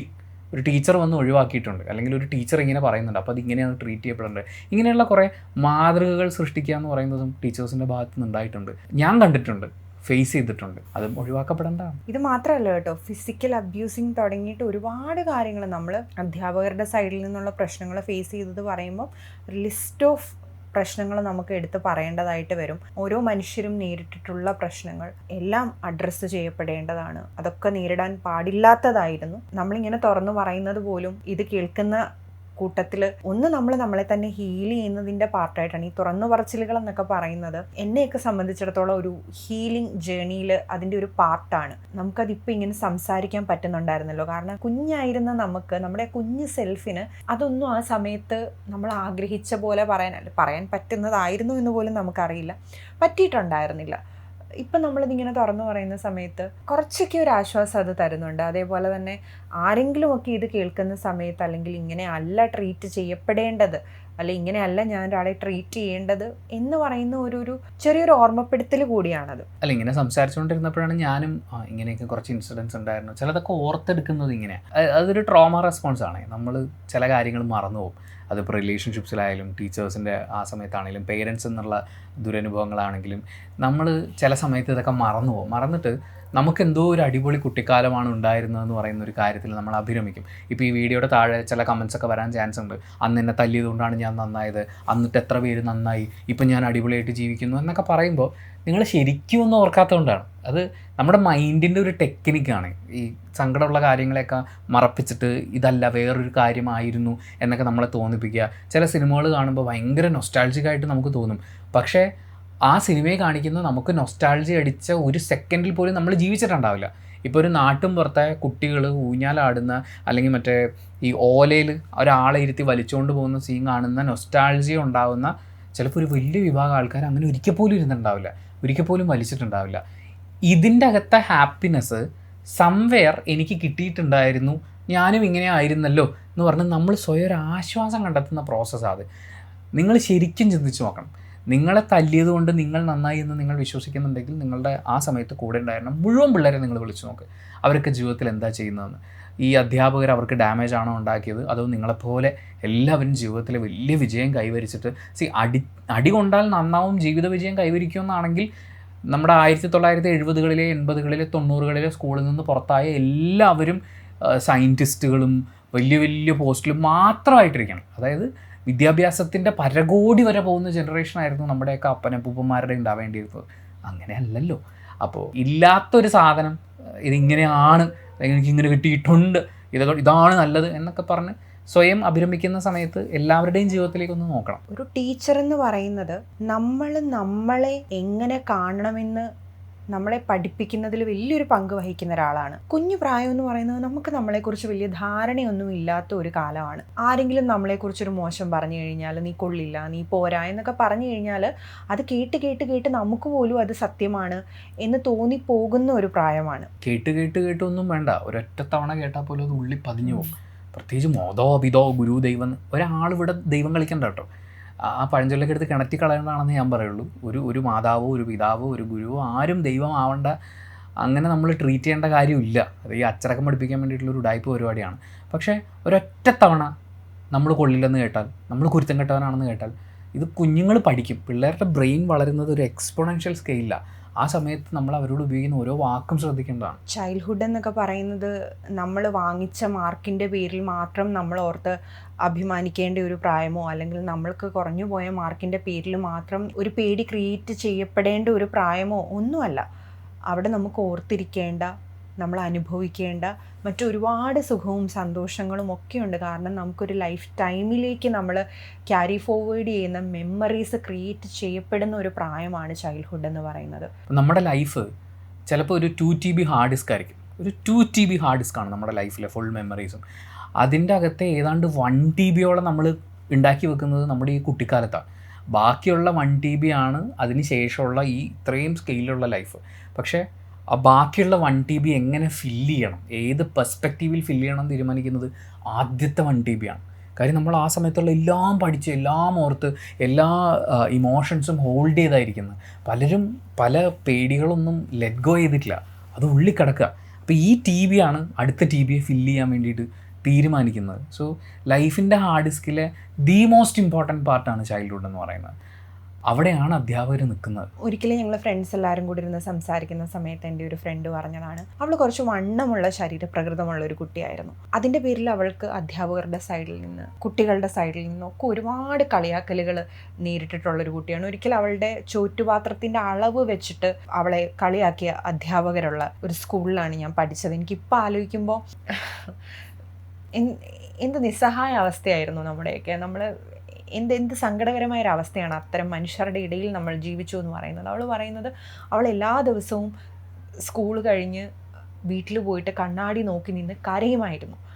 ഞാൻ അത്ര മോശമാണോ, എന്നെ ഒട്ടും കൊള്ളില്ലേ എന്ന് പറയുന്ന എന്തുമാത്രം ചിന്തകൾ, എന്തുമാത്രം വിദ്യാർത്ഥികളുടെ ഉള്ളിൽ ഈ അധ്യാപകരെന്ന് പറയുന്ന ആൾക്കാർ കാരണം അവരില്ലേ ശരിക്കും അവൾക്ക് എന്തെങ്കിലും ഒരു ഇൻസെക്യൂരിറ്റി ഉണ്ടെങ്കിൽ അത് മാറ്റിക്കൊടുക്കേണ്ടവരായിരുന്നു. അവളെ ക്ലാസ്സിൽ ഏതെങ്കിലും ഒരു കുട്ടി കളിയാക്കുന്നുണ്ടെങ്കിൽ അങ്ങനെ ചെയ്യാൻ പാടില്ല എന്ന് പറഞ്ഞു കൊടുക്കേണ്ട ആൾക്കാരായിരുന്നില്ലേ അവർ. പക്ഷെ അവരാണ് ആദ്യം ഈ പറയുന്ന കളിയാക്കലുകൾക്കും കുറ്റപ്പെടുത്തലുകൾക്കും ഒക്കെ തുടക്കം കുറിക്കുന്നത്. അന്ന് അവൾ ആ കണ്ണാടിയുടെ മുന്നിൽ പോയിരുന്ന് ഓരോ ദിവസവും അത്രയും കരഞ്ഞിട്ടുണ്ട് എന്ന് പറയുമ്പോൾ അങ്ങനെ എത്ര വിദ്യാർത്ഥികൾ ആ അവസ്ഥയിലൂടെ കടന്നു പോയിട്ടുണ്ടാവും. ഇപ്പം ആലോചിക്കുമ്പോൾ അധ്യാപകരൊക്കെ അത്ര കെയർലെസ്നെസ്സോട് കൂടിയിട്ടാണ് കാര്യങ്ങൾ ഡീൽ ചെയ്തിട്ടുണ്ടായിരുന്നത്. അവരന്ന് അവർക്ക് ഒരു കാര്യം തോന്നി, കളിയാക്കാൻ തോന്നി, വഴക്ക് പറയാൻ തോന്നി, ശാസിക്കാൻ തോന്നി, അവരത് പറയും. ആ വാക്കുകൾ അവിടെ കഴിഞ്ഞു എന്ന് കരുതി അവർ പോകും. പിറ്റേ ദിവസം അടുത്ത വാക്കുകളിലേക്കുള്ള തിരച്ചിലുമായിട്ട് അവർ പിന്നെയും തിരിച്ചു വരും. പക്ഷേ ഇതിൻ്റെ ഈ മുറിവുകളുണ്ടായിട്ട് ഇതിൻ്റെ ഈ ഭാരം ചുമക്കേണ്ടി വരുന്നത്, ഈ പെയിൻ ചുമക്കേണ്ടി വരുന്നത് വിദ്യാർത്ഥികളാണ്. അതവരാരും അതിനെക്കുറിച്ച് ചിന്തിക്കുന്നു പോലും ഉണ്ടായിരുന്നില്ല. ഇനി ചിന്തിച്ചാൽ തന്നെ വലിയ കാര്യമൊന്നുമില്ല എന്ന് പറയുന്ന, അല്ലെങ്കിൽ ഈ പറയുന്നതും ചെയ്യുന്നതും ഒക്കെ എന്തോ വലിയ ക്രെഡിറ്റാണ് എന്ന് കരുതിക്കൊണ്ടിരുന്ന ആൾക്കാരാണ്. പിന്നെ ന്യായീകരിക്കാൻ മറ്റേ സാധനം ഉണ്ടല്ലോ, എല്ലാം നിന്റെ നല്ലതിന് വേണ്ടിയാണ്, ഭാവിയിൽ നീ ഇതിനെക്കുറിച്ചൊക്കെ ആലോചിച്ച് എന്നോട് നന്ദി പറയും. ചില അധ്യാപകർ, ചില പേരൻസ് ഇവരൊക്കെ പറയുന്നത് കേട്ടിട്ടുണ്ട്, കുട്ടികൾ ഭയങ്കരമായിട്ട് ഓവർ റിയാക്ട് ചെയ്യാണ്, എൻ്റെ കുഞ്ഞ് ഭയങ്കരമായിട്ട് ഓവർ റിയാക്ട് ചെയ്യാന്ന് പറയും. അപ്പോൾ അവർ ഓവർ റിയാക്ട് ചെയ്യുന്നുണ്ടെങ്കിൽ അതിനൊരു കാരണം കാണില്ലേ? ബേസിക്കലി അവരുടെ റിയാക്ഷൻസ് നിങ്ങൾ ശ്രദ്ധിച്ചിട്ടുണ്ടാവില്ല. നമ്മുടെ ബേസിക് റിയാക്ഷൻസ് ആൾക്കാർ ശ്രദ്ധിക്കാതെ വരുമ്പോഴാണല്ലോ നമുക്ക് ഓവർ റിയാക്ട് ചെയ്യേണ്ടി വരുന്നത്. നമുക്ക് കുഞ്ഞിലേ ഉണ്ടായിട്ടുള്ള ഇതുപോലത്തെ എക്സ്പീരിയൻസസ് നമ്മളിങ്ങനെ ക്യാരി ഫോർവേഡ് ചെയ്ത് കൊണ്ടുവന്ന് ഇപ്പോഴും നമ്മളുടെ ഉള്ളിലെ ആ കുട്ടി എന്ന് പറയുന്നത്, ഞാൻ എൻ്റെ ഒരു എക്സ്പീരിയൻസ് എന്നാണ് പറയുന്നത്, നമ്മുടെ ഉള്ളിലെ കുട്ടി എന്ന് പറയുന്നത് കിട്ടാതെ പോയ അപ്രീസിയേഷൻസ്, അല്ലെങ്കിൽ നമുക്ക് കിട്ടേണ്ടിയിരുന്ന ഒരാശ്വാസ വാക്ക്, കാര്യങ്ങൾ, ഇതൊന്നും ഇപ്പോഴും നമുക്കതിനെ അത്രത്തോളം റിലേറ്റ് ചെയ്യാൻ പറ്റുന്നുണ്ട് എന്നുള്ളത് കൊണ്ടാണ് ഇന്നും നമ്മൾ ആ മെമ്മറീസ് കൊണ്ട് നടക്കുന്നത്, അല്ലെങ്കിൽ ആ മെമ്മറീസിൽ ജീവിക്കേണ്ടി വരുന്നത്. നേരത്തെ പറഞ്ഞ പോലെ ഈ അധ്യാപനം എന്ന് പറയുന്നത് ഒരുപാട് ഗ്ലോറിഫൈ ചെയ്യപ്പെട്ട് വെച്ചിരിക്കുന്ന ഒരു പൊസിഷനാണ്. അതിനോടൊപ്പം തന്നെ ഒരു അതോറിറ്റി ഫിഗർ ആയിട്ടാണ് ഇവർ കാണുന്നത്. അതുകൊണ്ട് തന്നെ നിങ്ങളുടെ വായിന്ന് വരുന്ന ഓരോ വാക്കുകൾക്കും, നിങ്ങൾ ചെയ്യുന്ന ഓരോ പ്രവർത്തികൾക്കും അത്രയും വാലിഡേഷൻ കിട്ടാറുണ്ട്. മറ്റേ രജനീകാന്തിന്റെ ഡയലോഗ് പോലെ ഒരു തടവ് സന്ന 100 തടവ് സന്ന. അതേപോലെയാണ് പേരൻസ് പോലും കുട്ടികളെ വിശ്വസിച്ചോളണമെന്നില്ല. അധ്യാപകർ പറയുന്ന വാക്കിനായിരിക്കും അവർ പോലും മുൻഗണന കൊടുക്കുക. ടീച്ചർ ഇങ്ങനെ പറഞ്ഞു, അപ്പം നീ കൂടുതലൊന്നും പറയണ്ട, അല്ലെ നീ അങ്ങനെയൊന്നും പറയണ്ട, ഒന്നുമില്ലാതെ ടീച്ചർ അങ്ങനെ പറയില്ലല്ലോ എന്ന് പറയുന്ന രീതിയിൽ ടീച്ചറിൻ്റെ അടുത്ത് കൊണ്ടുവന്ന് കുട്ടികളെ പൂർണ്ണമായിട്ട് ഏൽപ്പിക്കുന്ന പേരൻസാണ്. അതായത് ടീച്ചറിൻ്റെ അടുത്ത് ഏൽപ്പിച്ചു, പിന്നീട് ഞങ്ങൾക്ക് ഉത്തരവാദിത്തം ഒന്നുമില്ല. നമ്മൾ പറയില്ലേ, ഇപ്പം എല്ലാ മുതിർന്ന ആൾക്കാരെയും ഒന്നും റെസ്പെക്ട് ചെയ്യേണ്ട ആവശ്യമൊന്നുമില്ല, വിവരമില്ലാത്ത ഒരു മുതിർന്ന ആൾക്കാരായിട്ടുണ്ട് എന്ന് പറയുന്ന പോലെ എല്ലാ ടീച്ചേഴ്സിനെയും ഒന്നും നമ്മൾ അങ്ങനെ കാണേണ്ട ആവശ്യമില്ല. നമ്മുടെ എക്സ്പീരിയൻസിൽ നിന്ന് നമുക്ക് മനസ്സിലായിട്ടുള്ള കാര്യമല്ലേ അത്. നമ്മൾ പലപ്പോഴും പല വീഡിയോസിലും പറഞ്ഞിട്ടുള്ളൊരു കാര്യമാണ്, കുട്ടികളെ നമ്മൾ കേൾക്കുക എന്ന് പറയുന്ന ഒരു process, that is very important. കാരണം നമ്മൾ പലപ്പോഴും ചെയ്യുന്നത് കേൾക്കാതെ ജഡ്ജ് ചെയ്യുക എന്നുള്ളതാണ്. ഒരാൾ പറഞ്ഞു, അത് എസ്പെഷ്യലി ഒരു അധ്യാപകനാണ് പറയുന്നതെങ്കിൽ കേട്ടു, നമ്മൾ ആ കുട്ടീനെ ജഡ്ജ് ചെയ്ത് കഴിഞ്ഞു. അത് ഒരു പെർമനൻറ്റ് ജഡ്ജ്മെൻ്റ് ആയിട്ട് കിടക്കുകയാണ്. പിന്നീട് ആ വ്യക്തി ഉള്ളിടത്തോളം കാലം അവരെക്കുറിച്ച് നമ്മുടെയൊക്കെ ഉള്ളിൽ ഒരു പെർമനൻറ്റ് ജഡ്ജ്മെൻറ്റ് കിടക്കുക ചെയ്യുക. നമ്മൾ വളരെ സ്വതന്ത്രമായി ചിന്തിക്കേണ്ട സമയത്ത്, സ്വതന്ത്രമായി ചിരിക്കേണ്ട സമയത്തൊക്കെ ഓരോ നിമിഷവും പേടിച്ച് ജീവിക്കേണ്ടി വരിക. അല്ലെങ്കിൽ നമ്മളിങ്ങനെ ചെയ്താൽ എന്താ സംഭവിക്കുക, നമ്മളിങ്ങനെ ചെയ്താൽ നമുക്ക് വഴക്ക് കേൾക്കുമോ, അല്ലെങ്കിൽ ടീച്ചർ നമ്മളെ അടിക്കുമോ, അല്ലെങ്കിൽ നമ്മളെ ആൾക്കാരുടെ മുന്നിൽ നാണം കെടുത്തുമോ, നമ്മുടെ വീട്ടിൽ നമ്മുടെ പേരൻസിൻ്റെ അടുത്ത് പറഞ്ഞ് നമ്മുടെ സിറ്റുവേഷൻ കൂടുതൽ മോശമാക്കുമോ എന്നൊക്കെ ചിന്തിച്ച് ജീവിക്കേണ്ടി വരുന്ന കുട്ടികൾ ഇപ്പോഴും നമ്മുടെ ചുറ്റുമുണ്ട്. ജോലിക്ക് കയറി ഒരു 1.5 വർഷത്തിന് ശേഷവും ഇന്ന് ഹോംവർക്ക് ചെയ്യാൻ മറന്നു, അടി കിട്ടുമല്ലോ എന്ന് പേടിച്ച് സ്വപ്നം കണ്ട് എണീക്കുന്ന അവസ്ഥ വരെ ഒരുപാട് ആൾക്കാരത് പറഞ്ഞ് ഞാൻ കേട്ടിട്ടുണ്ട്. അത് ലൈക്ക് ഇൻസ്റ്റഗ്രാമിലൊക്കെ മറ്റേ മീമായിട്ടൊക്കെ പോയിട്ടുള്ളതാണ് വീഡിയോസൊക്കെ ആയിട്ട്. അതായത് ഇപ്പോഴും നമ്മൾ സ്കൂളിലെ സിറ്റുവേഷൻ ആലോചിച്ച് നമ്മൾ ഞെട്ടി എഴുന്നേക്കും. അസൈൻമെൻറ്റ്, സെമിനാർ, എക്സാംസ്, ആ ടീച്ചർ ഇത് പറഞ്ഞു, ഈ ടീച്ചർ ഇത് പറഞ്ഞു, അത്രയും നമ്മളെ അത് ഹോണ്ട് ചെയ്യുന്നത് കൊണ്ടാണ് ആ മെമ്മറീസ്. നമ്മൾ സംസാരിക്കുന്ന സമയത്ത് ചില മനുഷ്യർ അതിൻ്റെ എക്സ്ട്രീം സിറ്റുവേഷനിലേക്കും, അതായത് നിങ്ങൾ എന്താ പറയുന്നത്, അപ്പോൾ അധ്യാപകർ കുട്ടികളെ നോക്കണ്ടെന്നാണോ, അധ്യാപകർ കുട്ടികളുടെ കാര്യം ശ്രദ്ധിക്കേണ്ടെന്നാണോ? ഇതൊന്നും അല്ല നമ്മൾ പറയുന്നത്. അധ്യാപകർക്ക് കുട്ടികളെ തിരുത്താനുള്ള അവകാശവുമുണ്ട്, പക്ഷെ അതൊരു കുട്ടിയുടെ ഡിഗ്നിറ്റി എടുത്ത് കളഞ്ഞുകൊണ്ടാവരുത്. അതായത് ഒരു കുട്ടിക്ക് ഒരു തെറ്റ് പറ്റി എന്ന് തോന്നിക്കഴിഞ്ഞു കഴിഞ്ഞാൽ, നിനക്കൊരു തെറ്റ് പറ്റി, അതിങ്ങനെ തിരുത്താം എന്നൊക്കെ പറഞ്ഞു കൊടുക്കാം. പക്ഷെ നീ തന്നെ ഒരു തെറ്റാണ് എന്ന് പറഞ്ഞു കൊടുക്കുന്നതും തെറ്റ് തിരുത്തുന്നതും തമ്മിൽ ഒരുപാട് വ്യത്യാസമുണ്ട്. കുട്ടികളെ സംബന്ധിച്ചിടത്തോളം ഈ വേർഡ്സ് എന്ന് പറയുന്നത് അത് ഭയങ്കരമായിട്ട് ഉള്ളിൽ തറയ്ക്കും. നമുക്ക് പോലും ചില ആൾക്കാർ പറയുന്ന വാക്കുകൾ നമ്മുടെ ഉള്ളിൽ ഇങ്ങനെ കിടക്കില്ലേ. അപ്പോൾ ഈ കുട്ടികളെ സംബന്ധിച്ചിടത്തോളം അവർ ചെറുപ്പത്തിലേക്ക് കേൾക്കുന്ന ഓരോ വാക്കുകളും അവരുടെ ഉള്ളിൽ വല്ലാണ്ട് അതങ്ങനെ കിടക്കും, അത് പോവില്ല. ഒരു കുട്ടിക്കൊരു തെറ്റ് പറ്റിയെന്നുണ്ടെങ്കിൽ അത് ആ കുട്ടീനെ ഇൻസൾട്ട് ചെയ്യാതെ നമുക്ക് പറഞ്ഞ് മനസ്സിലാക്കി കൊടുക്കാൻ സാധിക്കുമല്ലോ. എല്ലാം കഴിഞ്ഞ് കഴിയുമ്പോൾ നമ്മുടെ സ്കൂൾ ടൈം എന്ന് പറയുന്നത് നമ്മൾ ഈ കേട്ട വഴക്കും പ്രശ്നങ്ങളും, അല്ലെങ്കിൽ ഒരു ആനുവൽ ഡേയോ നമ്മളൊന്ന് ടൂറ് പോയതോ, അല്ലെ കുറച്ച് കുറച്ച് റാൻഡം മെമ്മറീസ് നമുക്ക് പിക്ക് ചെയ്തെടുക്കാൻ പറ്റുന്ന, അതിൽ മാത്രമായിട്ട് ചുരുങ്ങാൻ പാടില്ലല്ലോ. നമ്മൾ നേരത്തെ പറഞ്ഞ പോലെ നമ്മുടെ ക്യാരക്ടർ ഡെവലപ്മെൻറ്റിൻ്റെ ഏറ്റവും മേജർ പാർട്ട് കിടക്കുന്ന ഒരു ഏരിയ ആണത്. നമ്മളെയൊക്കെ നമ്മുടെ അധ്യാപകർ ഈ പെർഫെക്റ്റ്, അതായത് ഈ അക്കാഡമിക്സിൽ അല്ലെങ്കിൽ അവർ പറയുന്ന ബാക്കി കാര്യങ്ങളിൽ ഈ പെർഫെക്റ്റ് ആക്കാൻ ശ്രമിക്കുന്നതിന് പകരം നമ്മളെയൊക്കെ സേഫ് ആക്കാൻ ശ്രമിച്ചിട്ടുണ്ടായിരുന്നെങ്കിൽ നമ്മുടെ ചൈൽഡ്ഹുഡും നമ്മുടെ ഫ്യൂച്ചറും ഒക്കെ ഇതിലും എത്രയോ നന്നായി മാറിയേനെ. ബിക്കോസ് നമ്മൾ സേഫ് ആയിട്ടിരിക്കുന്ന ഒരു അറ്റ്മോസ്ഫിയറിൽ മാത്രമല്ലേ നമുക്ക് കാര്യങ്ങളെ ലേൺ ചെയ്യാനും അൺലേൺ ചെയ്യാനും മനസ്സിലാക്കാനും ഒക്കെ പറ്റുള്ളൂ. അങ്ങനെ ഒരു സേഫ് ആയിട്ടുള്ളൊരു അറ്റ്മോസ്ഫിയർ എല്ലാ കുട്ടികൾക്കും ഉണ്ടാവട്ടെ. അങ്ങനെ ഒരു അറ്റ്മോസ്ഫിയർ ക്രിയേറ്റ് ചെയ്യാൻ എല്ലാ അധ്യാപകർക്കും പറ്റട്ടെ. നമ്മളെല്ലാ വീഡിയോസിൻ്റെയും അവസാനം പറയുന്ന പോലെ നമ്മുടെ എക്സ്പീരിയൻസിൽ നിന്നിട്ട് നമുക്കുണ്ടായ പ്രശ്നങ്ങൾ മനസ്സിലാക്കുക, അതിങ്ങനെ ആയിരുന്നെങ്കിൽ ബെറ്റർ ആയിരുന്നേനെയും എന്ന് കമ്മ്യൂണിക്കേറ്റ് ചെയ്യുക. പിന്നെ നമ്മുടെ ഫ്യൂച്ചർ ജനറേഷനുള്ളൊരു വിഷ് പറയുക.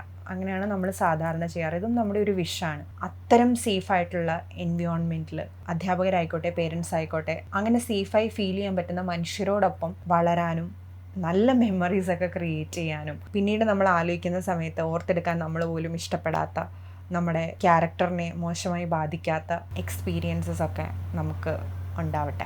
മാർക്ക് വാങ്ങിച്ചാലും മാർക്ക് വാങ്ങിച്ചില്ലെങ്കിലും, ആർട്സിൽ പൊളിച്ചില്ലെങ്കിലും, സ്പോർട്സിൽ അടിപൊളി ആയില്ലെങ്കിലും, അങ്ങനെ ഒന്നും അല്ലാതെയും ആളുകൾക്ക് ഇവിടെ നല്ലൊരു ബാല്യം ഉണ്ടാവാനുള്ള അവകാശമുണ്ട്. അത് അവരുടെ അവകാശമാണ്.